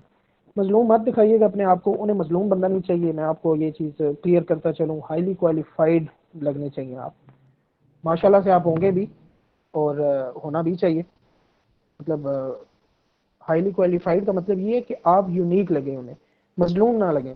आपने फर्स्ट में जब अपना इंट्रो, वो आपसे कहते हैं ना कि अपना इंट्रो दें, तो उस पर यह होता है कि योर इंटरेस्ट एंड पर्सनैलिटी। तो आप जब स्टार्ट करते हैं तो बहुत बेहतरीन होता है कि आप अपना बैकग्राउंड उस तरह ना शो करें कि वी आर वेरी मजलूम पीपल और हमें तो जाना ही जाना, ऐसा होता है। मैंने दो पर्सनल स्टेटमेंट देखी थी, उसमें जनाब ने लिखा हुआ था कि वो इंतहाई बैकग्राउंड एरिया से हैं और अब वो चाहते हैं कि वो ये करें तो फिर ये होगा। ऐसे नहीं करते होते। अपनी जो आपकी पर्सनल स्टेटमेंट है उसको इंतहाई रिफाइन करके अच्छे तरीके से प्रेजेंट करें, ताकि उनको नज़र तो आए ना, ताकि उनको कुछ नज़र आए कि बंदे ने कुछ लिखा है तो ये क्वालिफाइड बंदा है। तो मजलूम नहीं बनना, बिल्कुल मायूसी नहीं दिखानी, और एक और फर्दर जो है वो मासूम नहीं बनना। हाईली क्वालिफाइड बंदा बनना है आपने कि आप अ बिग अचीवर पर्सन, ठीक है। एक्चुअली मैं ये पूछना चाह रही थी कि अगर आप ऑनर हैं किसी चीज़ के तो उसको मतलब कि जी आपके पास जो सर्टिफिकेट वहाँ तो आई थिंक नहीं हो पाता है क्योंकि आप खुद ऑनर है, तो हम उसको कैसे आगे ऐड कर सकते हैं या उनके सामने रिप्रेजेंट कर सकते हैं? आप अगर ऑनर है ना किसी वेलफेयर ऑर्गेनाइजेशन के, तो फिर आपके लिए बहुत बड़ा प्लस पॉइंट है कि आप उसको अपनी पर्सनल स्टेटमेंट में ऐड कर सकते हैं। जब आप वो कर देंगे तो फिर सर्टिफिकेट लगाने की जरूरत नहीं पड़ेगी, सही। फिर सर्टिफिकेट आप एक्चुअली दूसरे ये लगा लें। लाइक आप किसी इंस्टीट्यूट के ऑनर हैं, जो एजुकेशनल इंस्टीट्यूट्स होते हैं, स्कूल हो गए, अकेडमीज हो गए, आप इसके ऑनर हैं, तो उसके पर्सपेक्टिव में मैं पूछ रही थी आपसे। आप अगर किसी इंस्टीट्यूट के ऑनर हैं और वो इंस्टीट्यूट कम्युनिटी सर्विस कर रहा है, वेलफेयर का काम कर रहा नहीं, वो एजुकेशनल इंस्टीट्यूट है। है, अच्छा ये चीज़ें वैसे उस तरह मैटर नहीं करती हैं। अगर आप जॉब कर रहे हैं या आप अगर ऐसा कुछ कर रहे हैं तो इट डजेंट मैटर। आप बैचलर्स के स्टूडेंट हैं, ये सबसे बड़ी चीज़ है। ये होना बहुत ज़रूरी है। अगर ये नहीं है तो फिर आप अप्लाई ना करें, फिर बिल्कुल एलिजिबिलिटी नहीं बनेगी। ठीक है, सही है। मैं था मजलूम वाले टॉपिक पे, मैं बता चुका, और ये मैं बार बार 3-4 दफ़ा कह चुका हूँ। इसकी वजह ये है कि लोग इस तरह करते हैं और ये चीज़ें मैटर नहीं करती हैं। आपने यूनिक बनना है और आपने वो बन के आगे पेश करना है खुद को कि आपने अपनी लाइफ में कुछ अचीव किया। अच्छा जी, अब आगे आप आ जाएं ज़रा अपनी इस पर्सनल स्टेटमेंट पे। सबसे पहला पॉइंट मैंने आपको बता दिया, अपना इंट्रोडक्शन प्लस एजुकेशन, इसके बारे में पूछा गया कि आपकी एजुकेशन क्या है, एकेडमिक ऑब्जेक्टिव्स क्या हैं। इसमें आप बताएं कि आप क्या पढ़ रहे हैं, आपने इसमें क्या अचीव करना है, आपकी फील्ड क्या है, आपने इस फील्ड को एज अ कैरियर लेके कैसे चल रहे हैं, और साथ ही आप अपने वर्क के बारे में बताएंगे कि आप वर्क कर रहे हैं। अब जैसे कि मैं अगर मैं आपको सिर्फ एक मिसाल देता हूँ, मैं अपने बारे में अगर आपको बता रहा हूँ तो मैं ये कहूँगा कि मैं डीपीटी का स्टूडेंट हूँ। मैं डीपीटी कर रहा हूँ from XYZ university, and I am also the social activist serving the welfare organization, that is Motivation Pathfinders, and we are working for the deserving people. We are doing some medical free medical camps, blood donation camps to provide a lot of facilitation to the deserving people of the remote areas. इस तरह की चीज़ें जो होती हैं ना, ये मतलब आपने ऐड करनी है, लेकिन ये इतने लंबा नहीं ऐड करना, इतने में आपके 250 वर्ड्स पूरे हो जाएंगे। हॉबीज़ आपकी क्या है? हॉबीज़ आपकी क्या है? बुक रीडिंग हो सकती है, सिंगिंग हो सकती है, गार्डनिंग हो सकती है, सोशल वर्क भी आपकी हॉबी हो सकती है। उसके बाद आपकी स्किल्स क्या है? स्किल्स के अंदर लीडरशिप के बारे में लाजमी डालिएगा कि आपकी लीडरशिप कैसी है। और ये याद रखिएगा कि ये जो चीज़ें डाल रहे हैं ये आगे जाके ना, आप मतलब ये ना सोचिएगा कि अभी तो हो गया, बाद में क्या होना है, कुछ भी हो जाए, सिलेक्शन हो जाती है तो ये चीज़ें सामने आनी आनी होती हैं। आपके जब रिकमेंडेशन लेटर आपके टीचर लिख रहे होते हैं तो उनको पता होता है कि बंदे ने क्या किया हुआ है कितनी लीडरशिप क्वालिटीज है और सारा कुछ। तो वो लिखिएगा जो आप हैं, थोड़ा लिखें लेकिन बहुत बेहतरीन लिखें। अच्छा, फिर लास्ट इन्होंने जो चीज़ बोली कि आपका फ्यूचर फ्यूचर आप अपना कैसा देख रहे हैं, ऐसा ही है। द रीज़न मतलब कि द गोल्स, मतलब गोल्स आपके क्या हैं फ्यूचर में। The goals, your goals related to your field of study and personal development. आप अपनी पर्सनल डेवलपमेंट के बारे में लिखेंगे कि आपने अपने आप को किस तरह से डेवलप किया है, आपने अपने आप को किस तरह पॉलिश किया है, क्या चीज़ आपको पॉलिश कर रही है। उसके बाद आपके गोल्स के हैं, आप अपनी फील्ड के बारे में कैसा देखते हो। फिजिकल थेरेपी के स्टूडेंट अपनी फील्ड को कैसा देखते हैं, अपनी फील्ड को ऐसा देखते हैं कि उनकी फील्ड आहिस्ता आहिस्ता आहिस्ता आहिस्ता जो है इमर्जिंग फील्ड है पाकिस्तान की, and you are the one जो हर टाइम इसी कोशिश में रहता है जो अपनी फील्ड को ऊपर लेके जाए। अब जो बंदे ये करते हैं वो लाजमी लिखेगा। इसी तरह फार्मेसी के हवाले से मैं कहूँगा, इसी तरह सिविल इंजीनियरिंग वगैरह वगैरह जितनी भी इस तरह की फील्ड्स हैं, मतलब जिनमें पाकिस्तान में काफ़ी, ऐसे तो अभी काफ़ी क्या ज़्यादातर और फील्ड्स पे यही चीज़ चल रही है, लेकिन ये एक एग्जांपल मैंने आपको दी। उसके बाद अपने फ्यूचर गोल्स को आपने करना है रिलेट। आप अच्छा, कितने बंदे, किसी बंदे ने एप्लीकेशन खोली हुई है सामने? कोई किसी बंदे ने पर्सनल स्टेटमेंट वाला जो पैनल है, वो जो फील्ड है सारी, वो ओपन की हुई है? वेबसाइट तो खुली हुई लेकिन एप्लीकेशन नहीं मिल रही। ओहो, वेबसाइट जब आप ओपन करते हैं, ऊपर आप जाते हैं तो सबसे ऊपर लिखा हुआ होता है आपके पास अंडर ग्रेजुएट स्टूडेंट्स स्कॉलरशिप्स के पैनल में। अंडर ग्रेजुएट स्टूडेंट्स में आता है ग्लोबल यू ग्रेड। उसको ओपन करेंगे, सामने करंट स्टेटस ओपन आ जाएगा, डेडलाइन 28 अप्रैल की आ जाएगी। डेडलाइन पे याद आया कि डेडलाइन कभी भी इसकी एक्सटेंड नहीं होती। कुछ लोग आपको ये भी कहेंगे कि डेडलाइन एक्सटेंड हो जाती है, कुछ दूसरे हैं कल्चरल एक्सचेंज प्रोग्राम जिनकी डेडलाइन एक्सटेंड हो जाती है। यू ग्रेड की आज तक डेडलाइन एक्सटेंड नहीं हुई है। 28 अप्रैल है, तो आप मेक श्योर करें कि आपने कम अज कम भी ना, ज़्यादा से ज़्यादा भी इसको लेके चलें तो 25 तक करा दें। ठीक है, और फ्लायर है आपके पास, इंपॉर्टेंट क्वेश्चंस है, फिर आपने करनी है अपनी स्टार्ट एप्लीकेशन। स्टार्ट एप्लीकेशन करेंगे, पहला आपका जो आएगा उसको आप अगर पढ़ लें, काफ़ी सारी क्यूरीज आपकी वहाँ पे ख़त्म हो जाती हैं। उसमें आप अपनी एप्लीकेशन स्टार्ट करेंगे, देन फर्दर आप इसको आगे लेके चलते जाएंगे, जैसे जैसे करते जाएंगे इसको फिल, ऐसे ऐसे आपके पास जो है वो हो जाएगा इसे क्या कहते हैं, उधर टिक होता जाएगा, कंप्लीट के ऑप्शन मतलब सेट होता जाएगा और आप फर्दर इसको आगे कर लेंगे। इस पे भी मैं आता हूँ, मैं ज़रा आपको पर्सनल स्टेटमेंट के बारे में बता लूँ। अच्छा, पर्सनल स्टेटमेंट में फर्दर मैंने आपको बता दिया। अच्छा, फ्यूचर के आपके जो गोल्स हैं ना, उनको आपने क्या करना है, रिलेट करना है आपने यू ग्रेड को। यू ग्रेड के साथ रिलेट करने का मकसद क्या है कि वो आपसे पूछ रहे हैं the reason why you wish to pursue them in the you, how it relates to your interest and future objectives. अब वो आपसे ये पूछ रहे हैं कि why should you be selected for this scholarship. Basically question अंदर यही है कि आप इसको कैसे देखते हैं, कैसे क्या विश कर रहे हैं कि आप यूएसए में करेंगे और वापस आके आपने अपने आप को क्या शो कराना है। ये चीज़ बहुत बड़ी है और ये चीज़ ही आपको जो है आखिरी एक इम्प्रेशन देती है कि आपने किस तरह इसको मतलब करना है। तो ये क्या आप लिख सकते हैं, ये आप ये लिखेंगे, इसमें ये लिखेंगे नहीं, इस तरह का कुछ लिखेंगे कि ये एक बहुत बड़ी अपॉर्चुनिटी है। Basically it's a turning point of life of many people and many एलुमनाइज। इस तरह की चीज़ें लिखेंगे और यू विल, एक मिनट, ठीक है। और फर्दर आप ये लिखेंगे कि you will also facilitate other students by guiding them regarding you grade और रिगार्डिंग यूएसए कल्चर। इस पे भी मैं आ रहा हूँ, ये किस चीज़ की है। उसके बाद 2 से 3 दफ़ा लिखें। और फ्रेंड्स, हाँ, यहाँ पे एक बहुत इंपॉर्टेंट चीज़ आई है। अभी भी हमारे में कुछ ऐसे लोग मौजूद हैं, मैं उनको थोड़ा यहाँ पे मुखातिब करूंगा कि 2 से 3 दफ़ा आपने लिख के ना अपनी एप्लीकेशन जो है, ये पर्सनल स्टेटमेंट जो है, एक दफ़ा लिखें, बड़ी हो जाती है कोई बात नहीं, फिर उसको एक दफ़ा सारे को पढ़ें। पढ़ने के बाद आपको पता चल जाएगा कि इसके अंदर कोई ऐसी चीज़ें हैं जो ना भी हों तो काम चल जाएगा, वो निकाल दें। जब वो निकल जाएंगी तो फिर एक दफ़ा दोबारा पढ़ें, फिर इसको देखें कि क्या 3 दफ़ा ये हो जाएगी, फिर इसको भेज दें किसी अंग्रेज टाइप फ्रेंड्स के पास। अब अंग्रेज टाइप फ्रेंड कौन से होते हैं? जिनकी इंग्लिश बहुत अच्छी होती है। उनकी इंग्लिश बहुत अच्छी होती है, वो आपको प्रूफ रीड करके देंगे। अब प्रूफ रीड कराने में कोई अर्ज नहीं है, लेकिन अगर आप ये करते हैं कि मुझे उस दिन, मैं नाम बिल्कुल नहीं लूंगा, लेकिन मुझे उस दिन एक मैसेज आया था किसी का कि आप मतलब मुझे ना ये लिख के दें, आप मुझे तमाम एसओपी बना के दें। मैं आपको एक चीज़ बताता चलूँ, सॉरी टू से, अगर आप अपनी एसओपी कोई बंदा नहीं बना सकता, किसी से बनवाएगा ना, तो मतलब कम से कम एक स्टोरी तो आप अपनी खुद लिखेंगे ना। अगर ऐसा कुछ होता है तो फिर आई विल सजेस्ट कि आप अप्लाई भी ना करें, वो बंदा अप्लाई भी ना करे।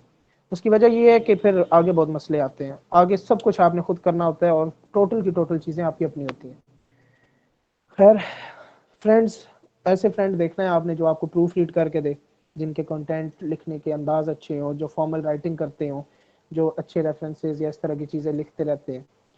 तो हाँ, इसके बाद एक और भी चीज़ है कि आप किसी बनाए जो पहले जा चुके हैं, तो उससे या किसी भी एक्सपीरियंस बंदे से जिसने मतलब जिसको इस चीज़ का एक्सपीरियंस है, गया ना गया एलमनाई वो एक अलग चीज़ है, एक्सपीरियंस बंदे को आप रिव्यू के लिए दे दें, अपनी एसओपी भेजें उन्हें। अच्छा, जल्दी किसी ने भी नहीं करनी, ये ना हो कि सेशन एंड हो तो सारे रात को अप्लाई कर दें। इतनी जल्दी नहीं करनी है आपने, बड़े इत्मीनान से इसको लेके चलना है। बहुत टाइम है अभी भी, फिर भी आपके पास रोजाना आहिस्ता आहिस्ता आहिस्ता आहिस्ता इसको करते रहेंगे तो ये इंशाल्लाह एक टाइम आएगा, ये बहुत बेहतरीन फॉर्म बन जाएगा। ये ना हो कि मतलब आप अभी सारा सुने और रात को अप्लाई कर दें, ऐसे नहीं। एसओपी आपने भेजनी है अपने दोस्त को, अपना दोस्त या कोई भी एलमनाई या कोई भी एक्सपीरियंस बंदा, वो जब देखेगा वो आपको रिव्यू करके देगा, फिर आपको बताएगा कि इसमें क्या चीज़ होनी चाहिए, क्या चीज़ नहीं होनी चाहिए। और ये सारा आपने एक अलग वर्ड की फाइल में करना है। आपने ये यू ग्रेड के जो ऑप्शन बने हुए हैं ना, पैनल बना हुआ है ना जिसमें पर्सनल स्टेटमेंट डाली, उसमें ये नहीं करना, ठीक है। और फिर जब लास्ट आपकी फाइनल हो जाए तो फिर आपने उसमें पर्सनल स्टेटमेंट ऐड कर देनी है। अभी भी कुछ चीज़ें रहती है पर्सनल स्टेटमेंट के हवाले से, और फिर मैं आपके क्वेश्चंस लूँगा यहाँ पे। क्वेश्चंस आप अपने क्वेश्चंस वैसे शुरू कर दें, ये आप अपने क्वेश्चंस शुरू कर दें, मैं अमार इसके बाद मुझे आपके क्वेश्चन ही लूँगा। जी जी अमार मुझे एक चीज ऐड ऑन करनी थी इसमें। जी जी बताएं। अ, कुछ सर्टेन डूज एंड डोंट्स होते हैं पर्सनल स्टेटमेंट के, ठीक है, एक प्रॉपर रूल्स हम्म होते हैं, क्या उसको फॉलो करते हुए, जैसे कि उस रूल में आ जाता है कि यूज ऑफ आई नहीं होना चाहिए, बहुत ज्यादा सेल्फ फ्लैटरी नहीं होनी चाहिए, ये सारे इस रिगार्ड में लेके चलना पड़ेगा हमें। मैं आपको अभी इस पे ही लेके आ रहा हूँ कि कौन कौन सी चीज़ें ऐसी हैं जो आपकी पर्सनल स्टेटमेंट्स को ख़राब करती हैं। अभी मैं इसी पे आ रहा हूँ, बस 2 मिनट मुझे दे दें, मैं एक दफ़ा पर्सनल स्टेटमेंट वाले पैनल को दोबारा देख लूँ।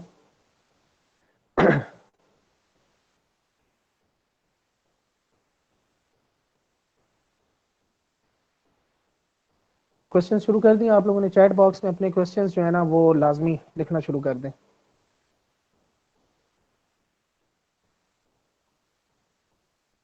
अच्छा, ये मेरे पास ओपन हो गया फॉर्म, और इसके अलावा मुझे लिखने दें कि कोई ऐसी चीज़ है फॉर्म में जो आप लोगों को मसला बना सकती है। पर्सनल इन्फॉर्मेशन में तो आपकी अपनी इन्फॉर्मेशन है, एकेडमिक में भी आपको पता है, एडिशनल इन्फॉर्मेशन जो है वो भी मैंने आपको बता दिया, पर्सनल स्टेटमेंट के हवाले से भी हो गया, डॉक्यूमेंट्स पे इसके बाद डिस्कस करते हैं और फिर रिव्यू एंड सबमिट में जाते हैं।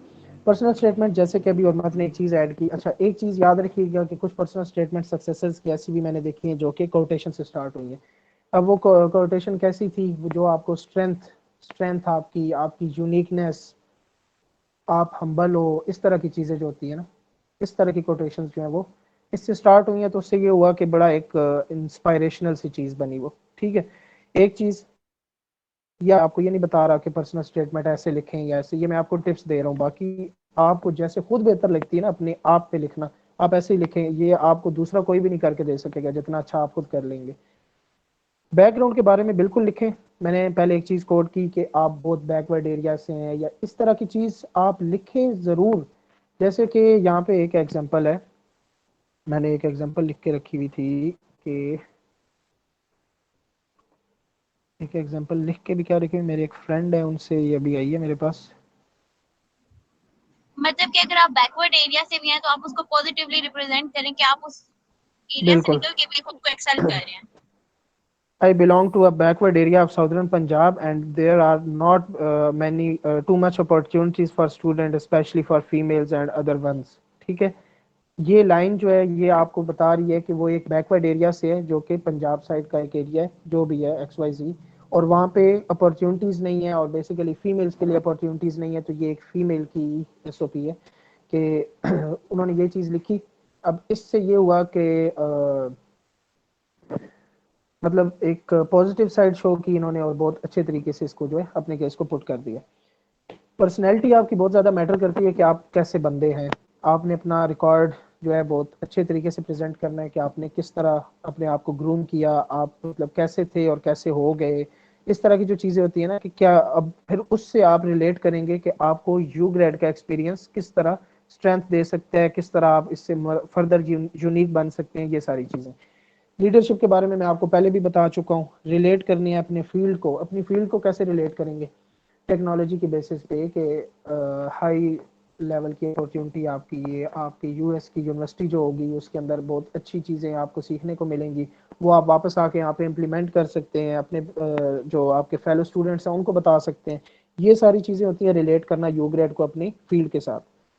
अच्छा हाँ, बहुत बड़ी इंपॉर्टेंट चीज़ ये कि आपने US कल्चर में अपना इंटरेस्ट शो करना है, लेकिन अब वो ऐसे नहीं लिखना आपने कि I am very interested in exploring the US culture, नहीं, आपने एक ऐसी स्टोरी मतलब बनानी है आसान अल्फाज में और थोड़े अल्फाज में कि जो ये शो कर रही हो कि आप US कल्चर में बहुत ज़्यादा इंटरेस्टेड है। For example US culture the very prestigious one which no doubt offers a great learning opportunity, and I will really glad I'm really glad to say that जैसे कि एक चीज़ मुझे याद आ रही that I will explore a lot of things in US and US culture and US host institution की चीज़ आपने लिखनी। अब ये एक लाइन जो है ना ये आपने नहीं ऐड करनी, ये एक SOP में थी जो कि मुझे याद आ गई। ठीक है, तो अब इसने क्या बोला बंदे ने या जो भी ये फीमेल थी, इन्होंने ये बोला कि बहुत अच्छी टेक्नोलॉजी है, बहुत अच्छी यूनिवर्सिटीज़ हैं, मैं वापस आके इसको इम्प्लीमेंट करूंगी, अपनी लाइफ में इम्प्लीमेंट करूंगी, अपने स्टूडेंट्स जो फेलो हैं उनको सिखाऊंगी कुछ। फर्दर मोर में क्या होगा कि US कल्चर के बारे में मैं एक्सप्लोर करना चाहूँगी कि नो डाउट्स US कल्चर जो है वो बहुत अच्छी अपॉर्चुनिटीज़ दे रहा है, ग्रेट लर्निंग एक्सपीरियंस दे रहा है। ये जितनी भी चीज़ें हैं ये आपको US कल्चर की तरफ जो है वो एक आपके अटेंशन दिखाती हैं। आपकी क्वालिटीज़ यूनिक होना चाहिए, आपकी कुछ क्वालिटीज़ अगर यूनिक नहीं भी हैं तो अपनी क्वालिटीज़ को प्रेजेंट करें यूनिक तरीके से। फिर यहाँ पे दोबारा ये प्लस लिखा हुआ है इसके साथ कि डू नॉट कॉपी, कहीं से भी आप पर्सनल स्टेटमेंट का कोई वर्ड भी कॉपी मत करें। इसकी वजह ये है कि हर चीज़ उन्हें पता होती है, अगर आप कॉपी पेस्ट करेंगे तो वो आगे ही नहीं जाएगी। ठीक है, अच्छा एक और चीज़ बहुत ज़्यादा कॉमन सामने आई मेरे के इंग्लिश नहीं आती यार हमें, हम क्या करें, मुझे मैसेज आया मेरे एक दोस्त का कि इंग्लिश तो आती नहीं है, तो इसमें अप्लाई करने का क्या फ़ायदा है। आपको उतनी इंग्लिश आती है जितनी आपको चाहिए। ठीक है, ये मत सोचिएगा कि आपको इंग्लिश नहीं आती, जितनी इंग्लिश उनको चाहिए वो आपको आती है। इतनी एक्स्ट्रा ऑर्डिनरी, ये हमारी सेकंड लैंग्वेज है, इंग्लिश हमारी कोई बेसिक लैंग्वेज नहीं है, तो उनको उतना पता होता है कि कौन कितना पाकिस्तान में मतलब अंग्रेज है। तो ये चीज़ कभी मत सोचिएगा। और नेक्स्ट स्टेप आपका अपनी एसओपी को बार बार लिखें और समझें, रिव्यू कराएं और फिर एप्लीकेशन पे जो आपका एप्लीकेशन फॉर्म है उसमें सबमिट कर दें। अब डू एंड डोंट्स के बारे में भी यहाँ पे एक बात है कि आपने अपनी स्ट्रेंथ शो करनी है, वीकनेस की तरफ उतना ज़्यादा ना आए। आपने अपने इंटरेस्ट के साथ अपनी स्ट्रेंथ शो करनी है, स्ट्रेंथ के साथ आपने अपने आइडियाज़ को इतने क्लियरली आपने इधर सामने पुट करना है कि कोई चीज़ जो है वो डाउट में ना रहे, कोई चीज़ ऐसी ना हो जो मतलब कि दो दो मानी रखती हो। आप मतलब कि ठीक भी हैं, आप नहीं भी ठीक हैं, आपकी मेंटल हेल्थ अच्छी भी है, नहीं भी अच्छी है, तो वो कैसे होता है कि आप कोई ऐसी चीज़ ऐड कर देते हैं जिसकी वजह से कोई ट्रॉमेटिक सी चीज़ नज़र आ रही होती है। कंट्रोवर्शियल चीज़ मैंने पहले भी बोला, ये चीज़ आप मत मत ऐड कीजिएगा।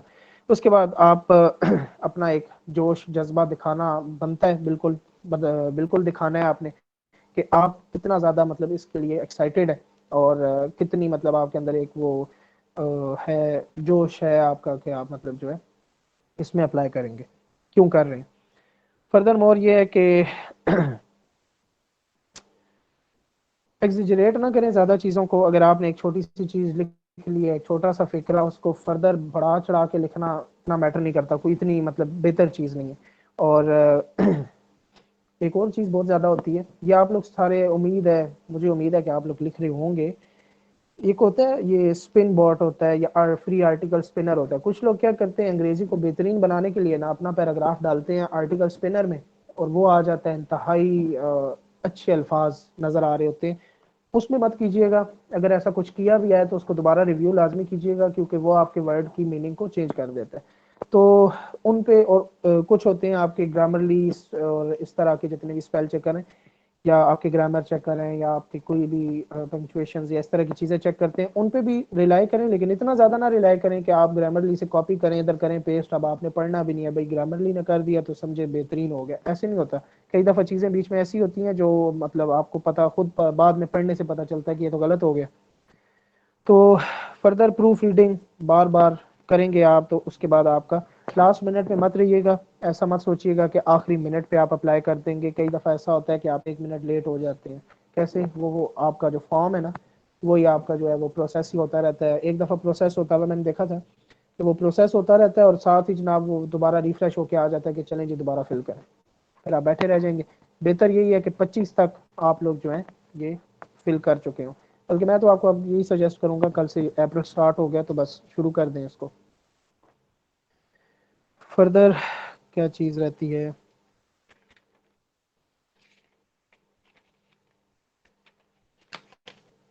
आई डोंट थिंक सो कि पर्सनल स्टेटमेंट में भी कोई ऐसी चीज़ अब रहती है। मैंने आपको बाकी चीज़ें बता दी हैं काफ़ी। मैं ज़रा आपके मैसेजेस पे चलता हूँ, 1 मिनट।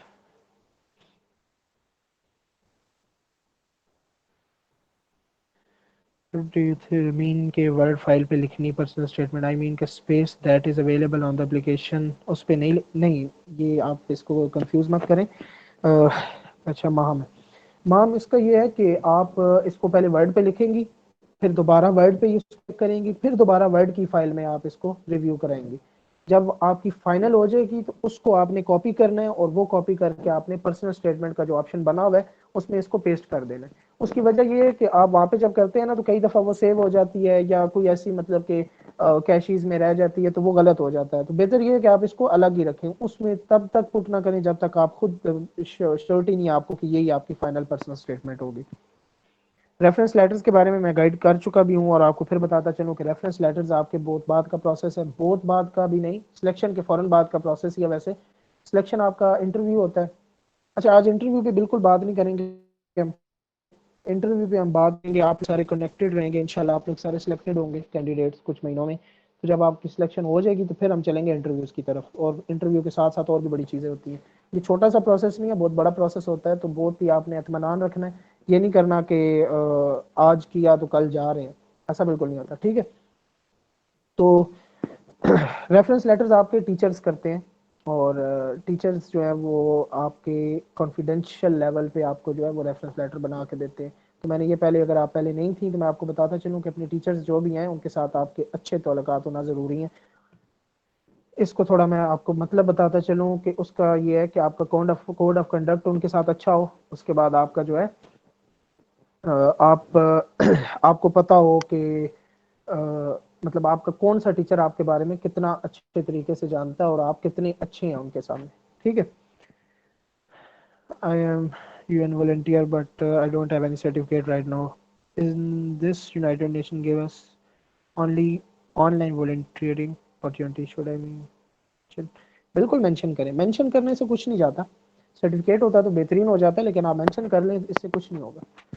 मेंशन आप करें, जितनी भी आपकी एक्टिविटीज है मेंशन करें। Global you grade world wide students को सिलेक्ट करती है सिर्फ यू ग्रेड का पूरा नाम है, पूरा नाम आप सुनिए, ग्लोबल कशफ।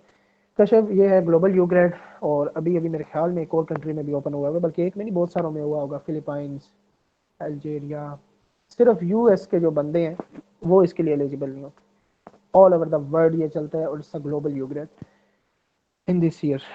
अच्छा जी, ये हर ईयर कितने स्टूडेंट सेलेक्ट होते हैं? मेल फीमेल का भी कोटा होता है? कोई कोटा सिस्टम नहीं है इसमें, या दोनों के लिए इक्वल अपॉर्चुनिटीज होती, हर बंदे के लिए equal.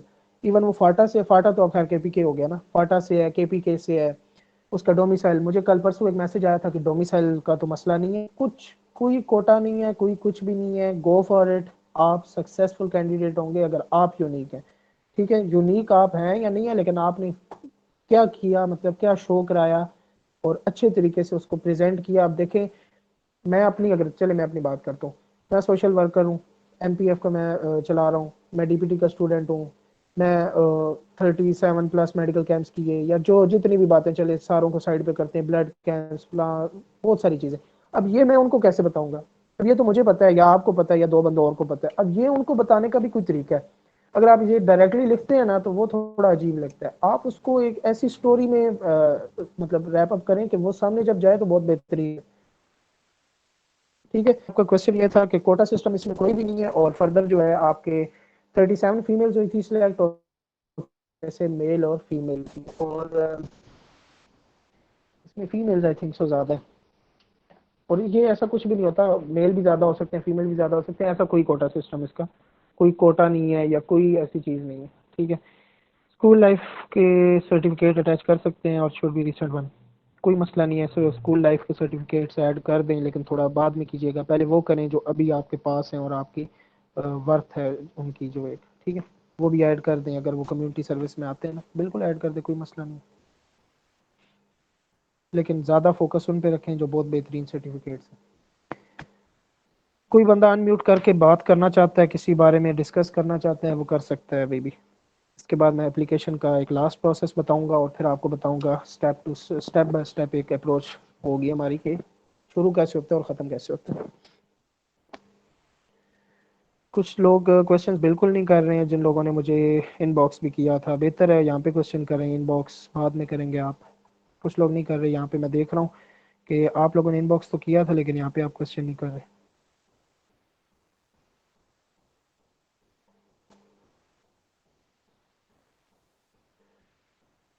You are welcome Marisha. अच्छा, certificate of workshop can be considered as well, बिल्कुल। आप वर्कशॉप्स आपने अटेंड की हैं, अपनी फील्ड में आपने अपने आप को प्रमोट किया, आप बिल्कुल ऐड करें।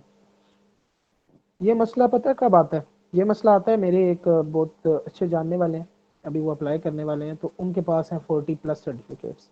अब उनके लिए मसला है कि वो कौन सा ऐड करें, कौन सा छोड़ दें, तो वहाँ पे आता है मसला। जब मतलब हम सिर्फ उस पे आ जाते हैं ना कि बेसिक हमने जो है most important achievements of the life वो ऐड करनी है, फिर इतना इंशाल्लाह मसला नहीं होगा मेरे हिसाब से। मतलब छोटे छोटे सर्टिफिकेट्स आप साइड पे भी कर सकते हैं, लेकिन मुझे इतना पता है कि जब आप इंतहाई अच्छे सर्टिफिकेट ऐड कर चुके होंगे तो उसके बाद भी जगह बचेगी आपके पास। वेलकम, ठीक हो गया। फर्दर किसी का कोई भी क्वेश्चन है तो वो अभी पूछ ले। Amar, I Then have a question. जी जी, एक अब मिनट मुझे देखिए, जिस तरह आप ज़्यादा एम्फेसाइज कर रहे हो एक्स्ट्रा को करिकुलर एक्टिविटीज पे, ठीक है, लाइक सोशल एक्टिविटीज पे या कम्युनिटी से रिलेटेड जो भी काम किया हो, वर्क किया हो, उसकी सर्टिफिकेशन पे, तो क्या हम ऐसे कह सकते हैं कि लाइक रिगार्डिंग सर्टिफिकेट देखा जाए तो सर्टिफिकेशन ज़्यादा इम्पोर्टेंट होगी एज कम्पेयर टू ग्रेड्स और सीजीपीए? मैं आप ये मैंने शुरू में एक चीज़ ऐड की कि एक बंदा, मैं ऐसे एक बंदे को जानता हूँ जिनके पास जो एक होता है ना थोड़ा सा सोशलाइज होना, एक ऑर्गेनाइजेशन में काम करना, वो उसमें भी नहीं है, वो यू ग्रेड पे गए हैं। और कुछ ऐसे भी बंदे हैं जो बहुत ज़्यादा सोशलाइज हैं, वो नहीं जा सके हैं। कुछ ऐसे भी बंदे हैं जिनकी यू ग्रेड में अप्लाई किया और उनके पास उनका जीपीए जो है वो 3.5 क्रॉस किया हुआ है, इससे भी ज़्यादा है, 4/4 है। कुछ ऐसे भी हैं जो 2.5 पे गए हुए हैं। तो ये आपकी वेटेज बनती है, आपका जीपीए कितना है, आपने कम्युनिटी वर्क आपका ऑप्शनल है, ठीक है।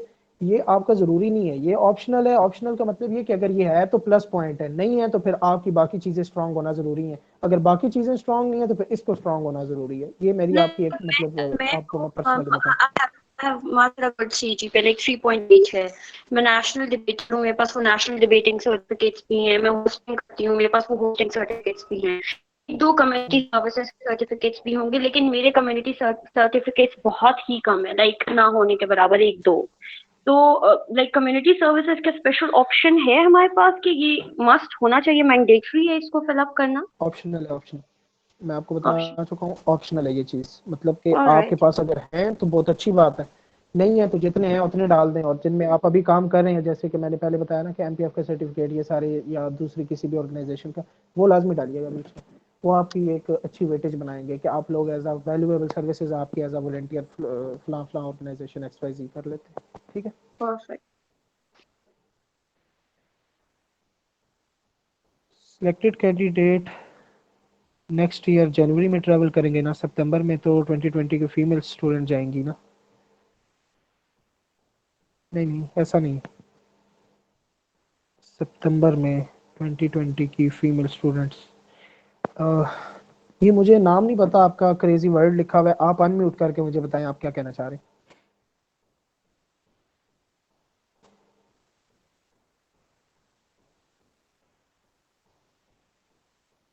मेरी आवाज आ रही है?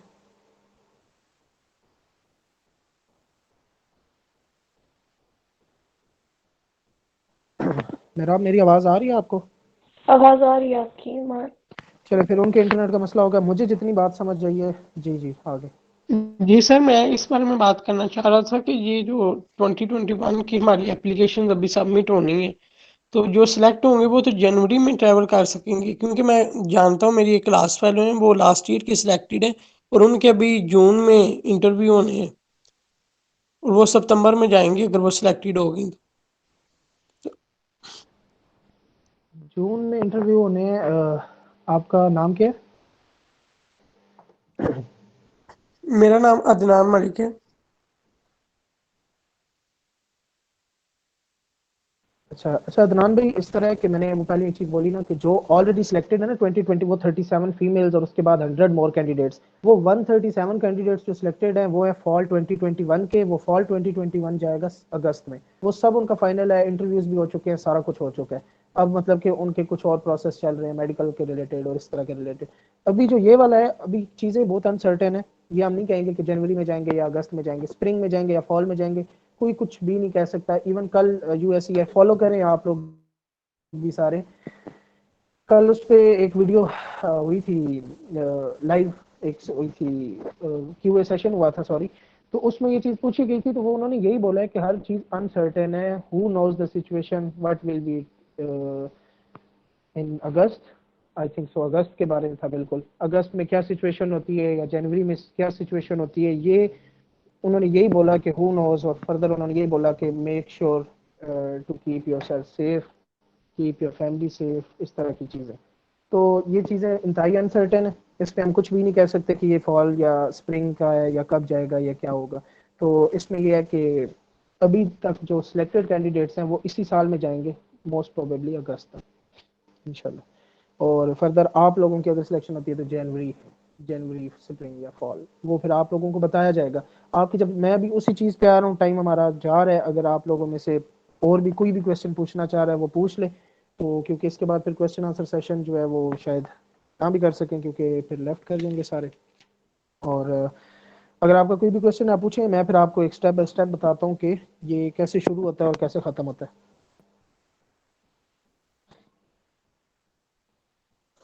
ये सर वैसे चीज़ें तो ये अनसर्टेन चल रही हैं। तो ये जो यूएस की पुलिस है, आज मेरी आज इंटरव्यू था यूएस एम्बेसी में। तो काउंसलर जो अच्छा ऑफिसर है अच्छा। उनसे मेरी बात हुई काफ़ी डिटेल में, F1 वीज़े के बारे में, एक्सचेंज वीज़े के बारे में, विजिटर वीज़े के बारे में। तो वो यही कह रहे थे, हमें जो पॉलिसी है वैसे तो वो नहीं बता रहे थे, तो उन्होंने यही कहा कि हमारे पास जो हमें ऊपर से आर्डर हैं पीछे से अमेरिकन गवर्नमेंट से, यही है कि 2021 में आप कोशिश करें कि नॉन इमिग्रेंट वीज़ा कोई भी इशू ना करें। ये मेरी आज की बात हुई है, आज मैं फेस टू फेस मिला हूँ, मेरा आज इंटरव्यू था वहाँ पे। उनको मतलब मेरे 2021 सारे में उन्होंने रीजन, ये बोला कि कोई भी स्टूडेंट जो है या कोई भी एक्सचेंज प्रोग्राम या इस तरह की चीज़ ना करें, क्योंकि मसला ऐसा है कि अभी भी जी यूएस में मेरे आपकी साथ है यूनिवर्सिटी ना, प्रॉपर नहीं है।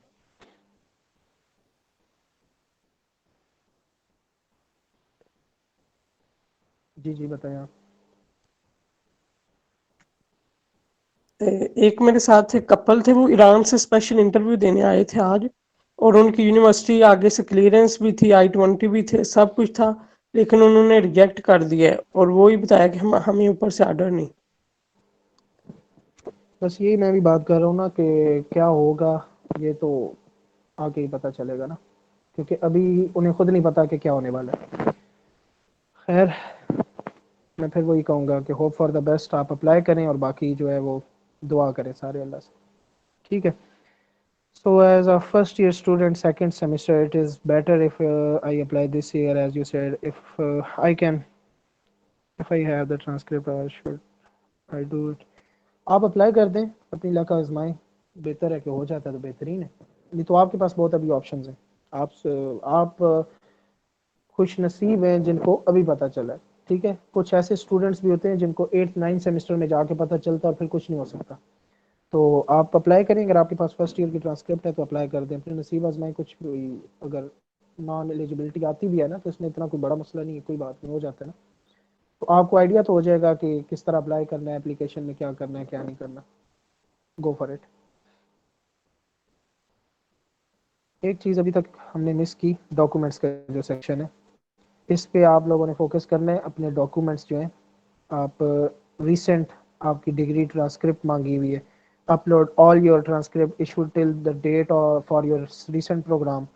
If you do not have your last semester year's transcript issued yet, you will still need to provide a provisional transcript letter from your university for review. Attach recent degree transcript to help ensure successful processing. ठीक हो गया, recent और जितनी भी आपकी वो transcripts हैं वो ऐड करनी है।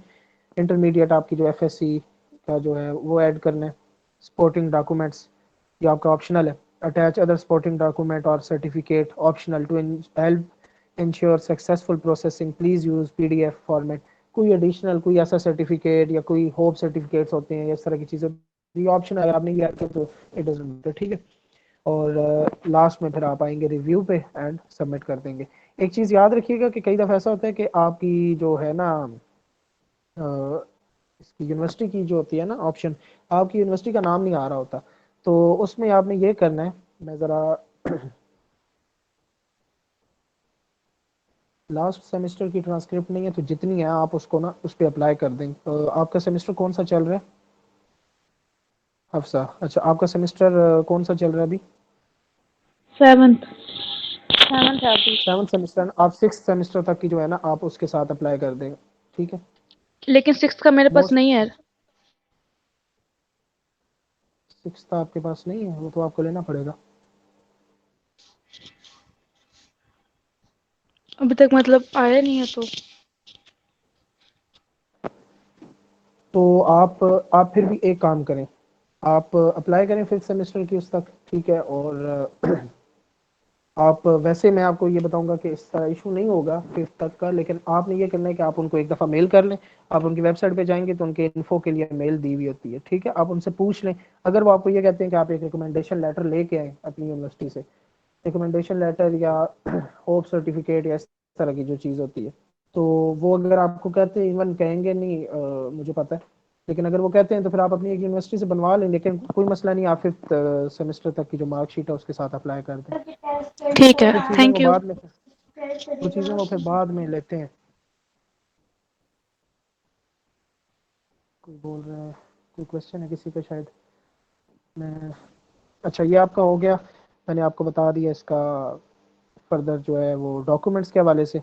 और यूनिवर्सिटी के हवाले से मैंने आपको बताना था कि अगर आपकी यूनिवर्सिटी का नाम नहीं आ रहा होता तो आपने उसमें पाकिस्तानी कॉलेज कर देना है। ठीक है, पाकिस्तानी कॉलेज करेंगे तो उससे नीचे अदर का ऑप्शन आ जाएगा। उस अदर के ऑप्शन में क्या होगा कि आप अपनी यूनिवर्सिटी का नाम लिख दीजिएगा। ठीक है,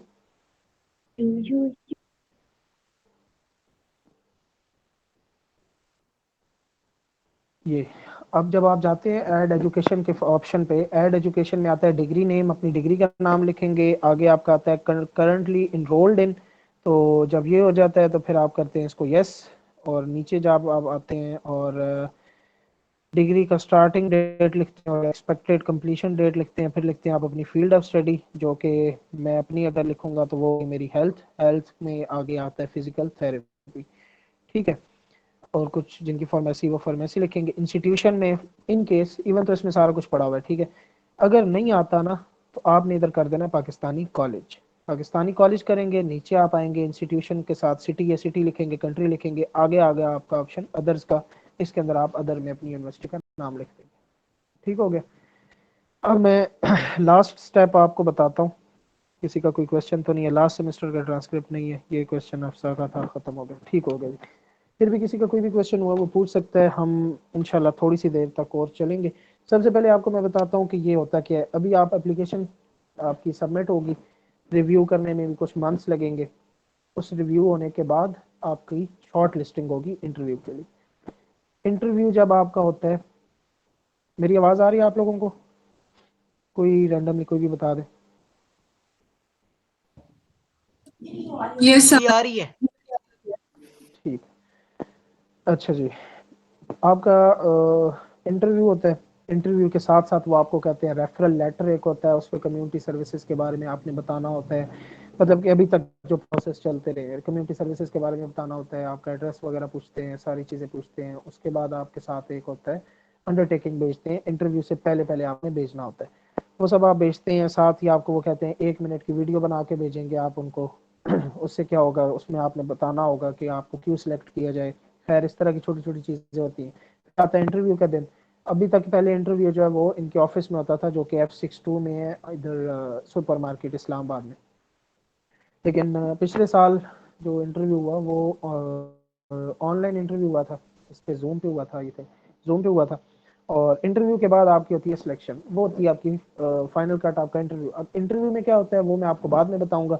अगर आप में से इंशाल्लाह जितने भी लोग सिलेक्ट होते हैं, आप लोगों ने हमारे साथ रहना है और इस पे हम सारी की सारी डिस्कशन करेंगे। अभी भी हम देखेंगे, अगर फिर भी इस चीज़ की ज़रूरत पड़ी कि एक और सेशन किया जाए तो हम ज़रूर करेंगे। मतलब हम यहाँ पे यूथ डेवलपमेंट, यूथ एम्पावरमेंट के लिए, तो ये हमारा फ़र्ज़ बनता है। ठीक है, MPF की बात करूँ। खैर, इंटरव्यू हो जाएगा आपका, सिलेक्शन होती है, फाइनल सिलेक्शन होती जाएगी। तो वो आपको कह देंगे कि टॉफिल का टेस्ट, आपको डेट दी जाएगी, टाइम दिया जाएगा और ऑफिस जो टेस्टिंग सेंटर जो है उसकी डिटेल दे दी जाएंगी। आपने जाके टेस्ट देना होगा, आपने उधर और कुछ भी नहीं करना होगा। ठीक है, इवन एडमिशन फॉर्म भी वो उनकी तरफ से होता है। फर्दर आपसे वो NOC कहेंगे, उस पर होता है मसला यूनिवर्सिटीज़ का।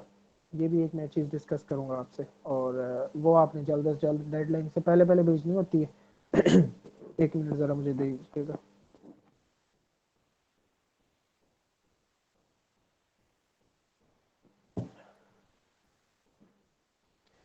अच्छा जी, NOC के साथ साथ आप देते हैं रेफरेंस लेटर्स आप लिखवाते हैं अपने टीचर से।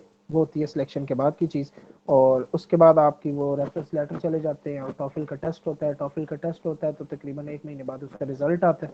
उस रिजल्ट पे आपकी बेस कर रही होती है प्लेसमेंट। आपकी जो उधर US की किसी भी यूनिवर्सिटी में प्लेसमेंट होनी है वो बेस कर रही होती है, डिपेंड उस पर करती है आपकी। और सब बाकी आपसे फिर वो लेते हैं पार्टिसिपेशन फॉर्म। उसके बाद टर्म्स एंड कंडीशंस का फॉर्म आता है, वो होता है। उसके साथ आपका आता है मेडिकल फॉर्म आता है जिसमें वैक्सीनेशन करानी होती है। जब वो हो जाता है फिर आपका होता है वीज़ा इंटरव्यू, प्लेसमेंट फॉर्म्स। उसके बाद छोटे छोटे और भी बीच में फॉर्म्स आते हैं, सेक्शंस आता है। एक सेक्शन 3 का फॉर्म आता है आई थिंक, उसमें आपने वो करना होता है, आपने लिखना होता है कि नियरेस्ट एयरपोर्ट कौन सी है। उसके बाद आपका एड्रेस क्या है, पासपोर्ट। हाँ, इमीडिएट चीज़ें जो करनी होती है ना सिलेक्शन के फ़ौरन बाद, जैसे ही सिलेक्ट हो गए तो वो आपको कहते हैं कि इमीडिएटली आप जो है उनको पासपोर्ट बना के पासपोर्ट की स्कैन कॉपी आपने उन्हें भेजें। वो बहुत इमीडिएट करना होता है, तो वो आपके पास होना ज़रूरी है। अगर नहीं है फिर आप अपने प्रोग्राम ऑफिसर को बताते हैं कि इतने इतने टाइम में बन जाएगा और एज सुन एज पॉसिबल मैं आपको भेज दूंगा। याद रखिएगा जितनी भी चीज़ें, जितनी भी ट्रांसक्रिप्ट, जितने भी डॉक्यूमेंट स्कैन करेंगे सारे के सारे स्कैनर से कीजिएगा, मोबाइल से नहीं कीजिएगा, उसकी क्वालिटी नहीं रहती और वो देखते ही ना खुलते ही नज़र आ जाता है, तो सामने खुलता है नज़र आ जाता है ये मोबाइल से आया हुआ है। तो ये लापरवाही जो है ये सामने बिल्कुल ना कीजिएगा, सारे का सारा काम स्कैनर पे रखिएगा।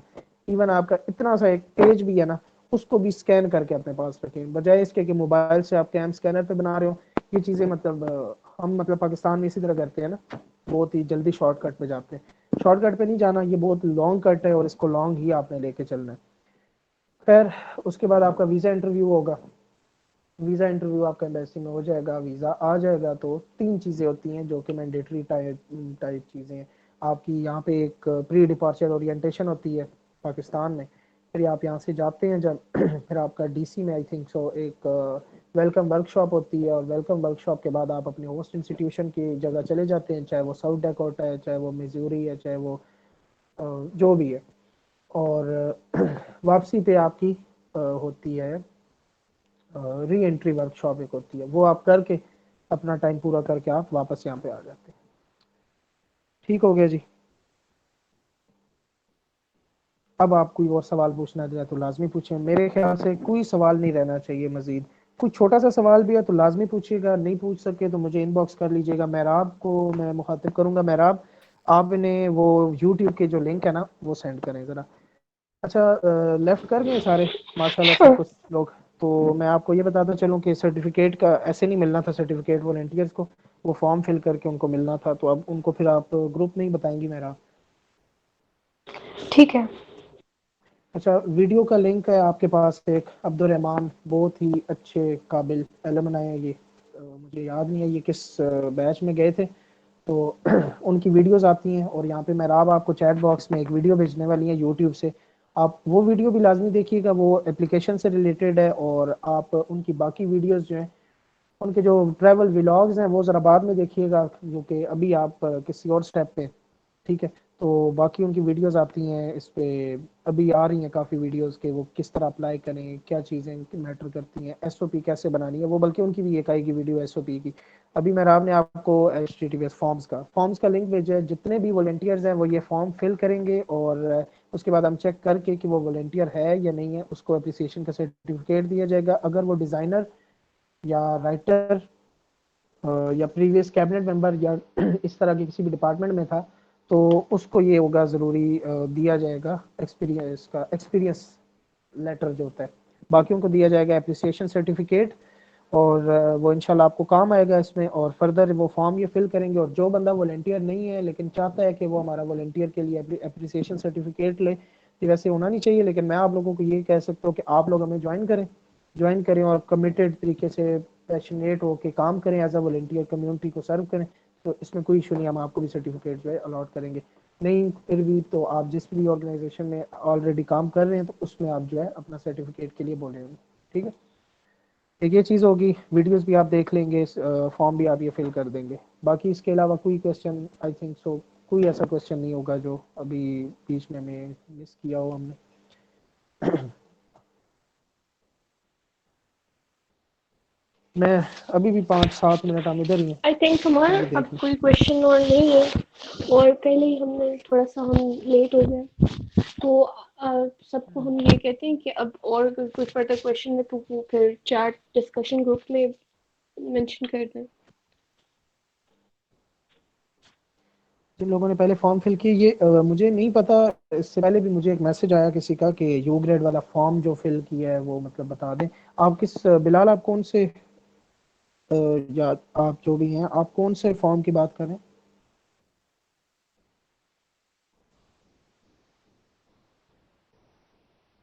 ये काइंडली बता दें, ये फॉर्म किसी ने फिल नहीं किया होगा क्योंकि ये फॉर्म अभी तक जो है वो हुआ ही नहीं है, पब्लिक ही नहीं हुआ, ये अभी अभी पब्लिक हुआ है। इस पे आपने सारी इन्फॉर्मेशन अपनी लिखनी है कि कब से आप काम कर रहे हैं एज अ वॉलंटियर, उसके बाद आपको सर्टिफिकेट जो है सबको मेल किया जाएगा, ठीक है। नहीं वो जो वॉलंटियर का था फॉर्म, वो आपका मेंबरशिप फॉर्म था, ये जो है ये आप इसको ओपन करके देखें, ये जो है वो डिटेल्स हैं आपकी, जो सिलेक्टेड कैंडिडेट्स हैं उनके लिए हमने ये किया कि जो जिन जिन की सिलेक्शन हुई हुई है, सॉरी डिटेल्स जो है वो कैंडिडेट्स की जिनको अप्रिसिएशन लेटर्स चाहिए उन लोगों के लिए जो है वो ये फॉर्म बने। फर्दर आई थिंक सो मेरा कोई क्वेश्चन नहीं है किसी का, फिर भी अगर कोई क्वेश्चन है तो फिर रिक्वेस्ट करेंगे हम कि ये जो है फिर वो शेयर करना ग्रुप चैट में, जो ग्रुप बना व्हाट्सएप। हुआ है ना, अगर इस ग्रुप में है तो उसमें मेरा नंबर भी है, आप लोग मुझे इनबॉक्स भी कर सकते हैं, इनबॉक्स कीजिएगा, मैं आपको गाइड कर दूंगा। और एक चीज़ मैंने नोट की है कि अभी भी कुछ बंदों ने सवाल नहीं किया, मुझे नहीं पता क्यों शर्मा रहे हैं अभी भी काफ़ी सारे बंदे, क्योंकि आप लोगों ने मुझे इनबॉक्स किया था।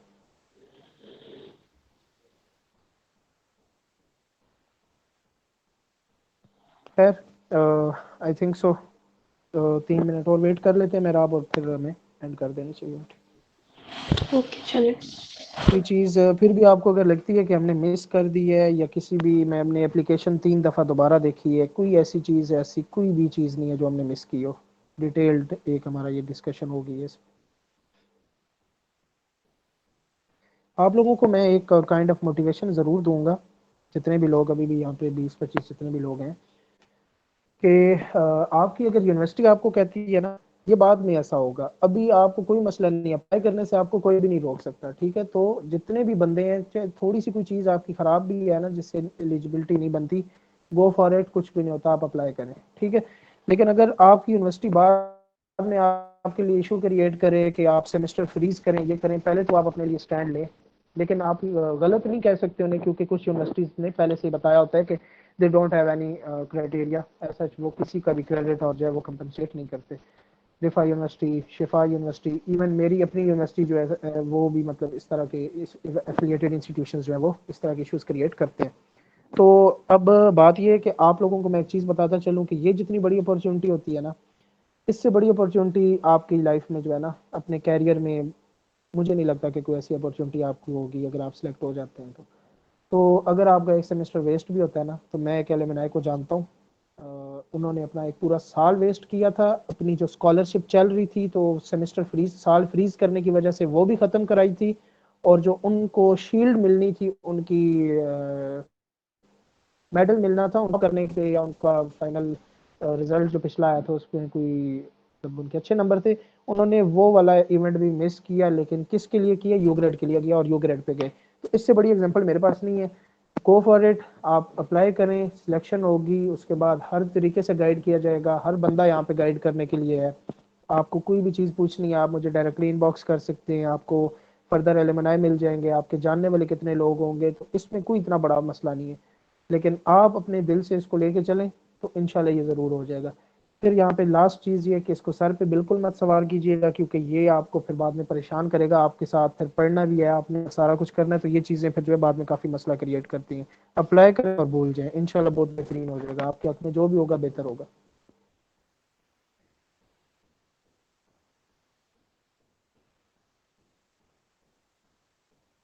मैंने मेल आई डी एंड CNIC भी ऐड किया, बट पासवर्ड मेल नहीं मिली, हाउ टू रिजॉल्व। आप अपना स्पैम का जो फ़ोल्डर होता है ना जीमेल का, वो चेक कर लें, या अपना इंटरनेट का मसला चेक कर लें, क्योंकि आप इसको जब करते हैं तो एक सेकंड, ये आपके प्राइमरी में आता है, ठीक है। प्राइमरी में ये पड़ा हुआ होता है, और ये इंपॉर्टेंट्स में आप चेक करें, उसमें आया हुआ होता है। इंपॉर्टेंट्स के अलावा आपका ये जो है वो स्पैम में हो सकता है आया हुआ हो, उसको चेक करें। मेन इनबॉक्स चेक करें, आता ये ज़रूर है, ऐसा नहीं हो सकता, ये टेक्निकल इश्यूज कभी कभार हो भी जाते हैं, तो इस पे अगर ये मसला आपका सॉल्व नहीं होता तो ये भी है। अच्छा, एक बहुत इंपॉर्टेंट चीज़ मुझे याद आई, अपनी जो ईमेल्स है ना आपकी, ये प्रिंस हो गया, या ये कैसे नाम होते हैं ना कुछ इस तरह के, प्रिंस फलां, या इस तरह के जितने भी नाम होते हैं, ये आप इससे काइंडली ना अप्लाई कीजिएगा। बिल्कुल सिंपल से नाम, जैसे मेरा अभी ईमेल है amarnaveed06@gmail.com, सिंपल इस तरह के ईमेल्स बनाएं, जैसे कि माहम है, माहम BK123@gmail.com, ये बहुत बेहतरीन चीज़ें। MBK8002 बेहतरीन है, मतलब कि सिंपल से आपके होने चाहिए ये, मतलब इस तरह के अजीब अजीब नाम नहीं हो, प्रिंस फलां या इस तरह के, मैंने कुछ देखे हैं ना, मैं तब आपको कह रहा हूँ। तो ये एक चीज़ आपने याद रखनी है। और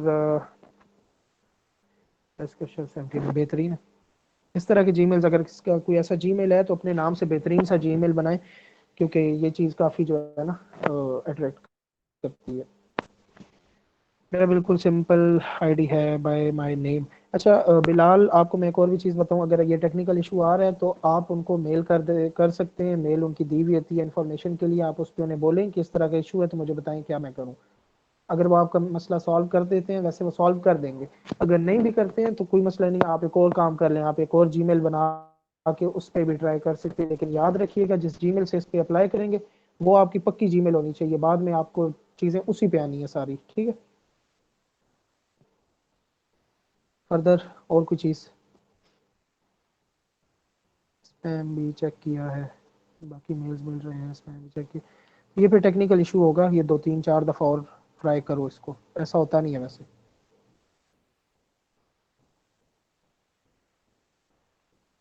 फिर भी नहीं होता तो आप मुझे एक दफ़ा इनबॉक्स कर लीजिएगा, मैं आपको बता दूंगा किस पे ईमेल करना है उनको इन्फॉर्मेशन के लिए।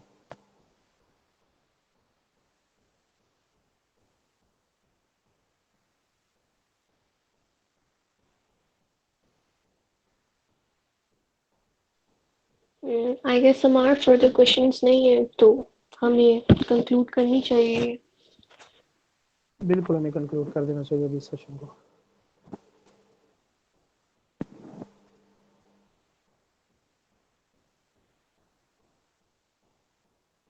ओके जी, थैंक यू सो मच, आप लोगों ने ज्वाइन किया। फर्दर किसी ने मेरे से कांटेक्ट करना भी हुआ या जो भी कोई इशू हुआ तो आप लोग कांटेक्ट कर सकते हैं। इवन आप अपनी पर्सनल स्टेटमेंट्स भी शेयर कर सकते हैं रिव्यू कराने के लिए, ठीक है। तो इसमें कोई ऐसा इशू नहीं होगा, इंशाल्लाह मैं आपको गाइड ही करूँगा। मैं आपको किसी किस्म की भी कोई चीज़ में ये नहीं बोलूँगा कि आपने गलत किया। अपना फीडबैक उस फॉर्म में लाजमी दीजिएगा। इस सेशन को जो भी आपने ये सेशन अटेंड किया इसके हवाले से जो भी चीज़ थी, ठीक है। तो मैं उम्मीद करता हूँ कि मैंने मतलब कि इतनी ज़्यादा जो एक की है इसमें आपका कोई भी क्यूरी वापस रही नहीं होगी। अब अगर क्यूरी रह जाती है तो ये आपकी अपनी गलती होगी, क्योंकि मैं अभी भी फिर पूछ रहा हूँ, कोई भी क्वेश्चन है अभी कर लें, अभी नहीं कर सकते तो मुझे पर्सनली इनबॉक्स कर दीजिएगा। जज़ाकल्लाह खैर। इंशाल्लाह फिर आप सबको एज अ सिलेक्टेड कैंडिडेट देख के मुझे खुशी होगी, और फिर इंशाल्लाह इस तरह का सेशन ज़रूर करेंगे। मेहराब, आप कंक्लूड कर दें काइंडली।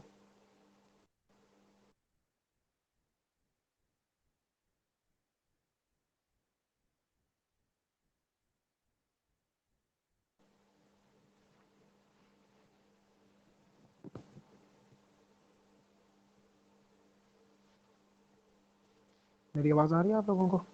मेहराब, एंड कर दें या फाइनल नोट कोई भी है तो कर दें, टाइम काफ़ी हो गया, अब ज़्यादा हो गया।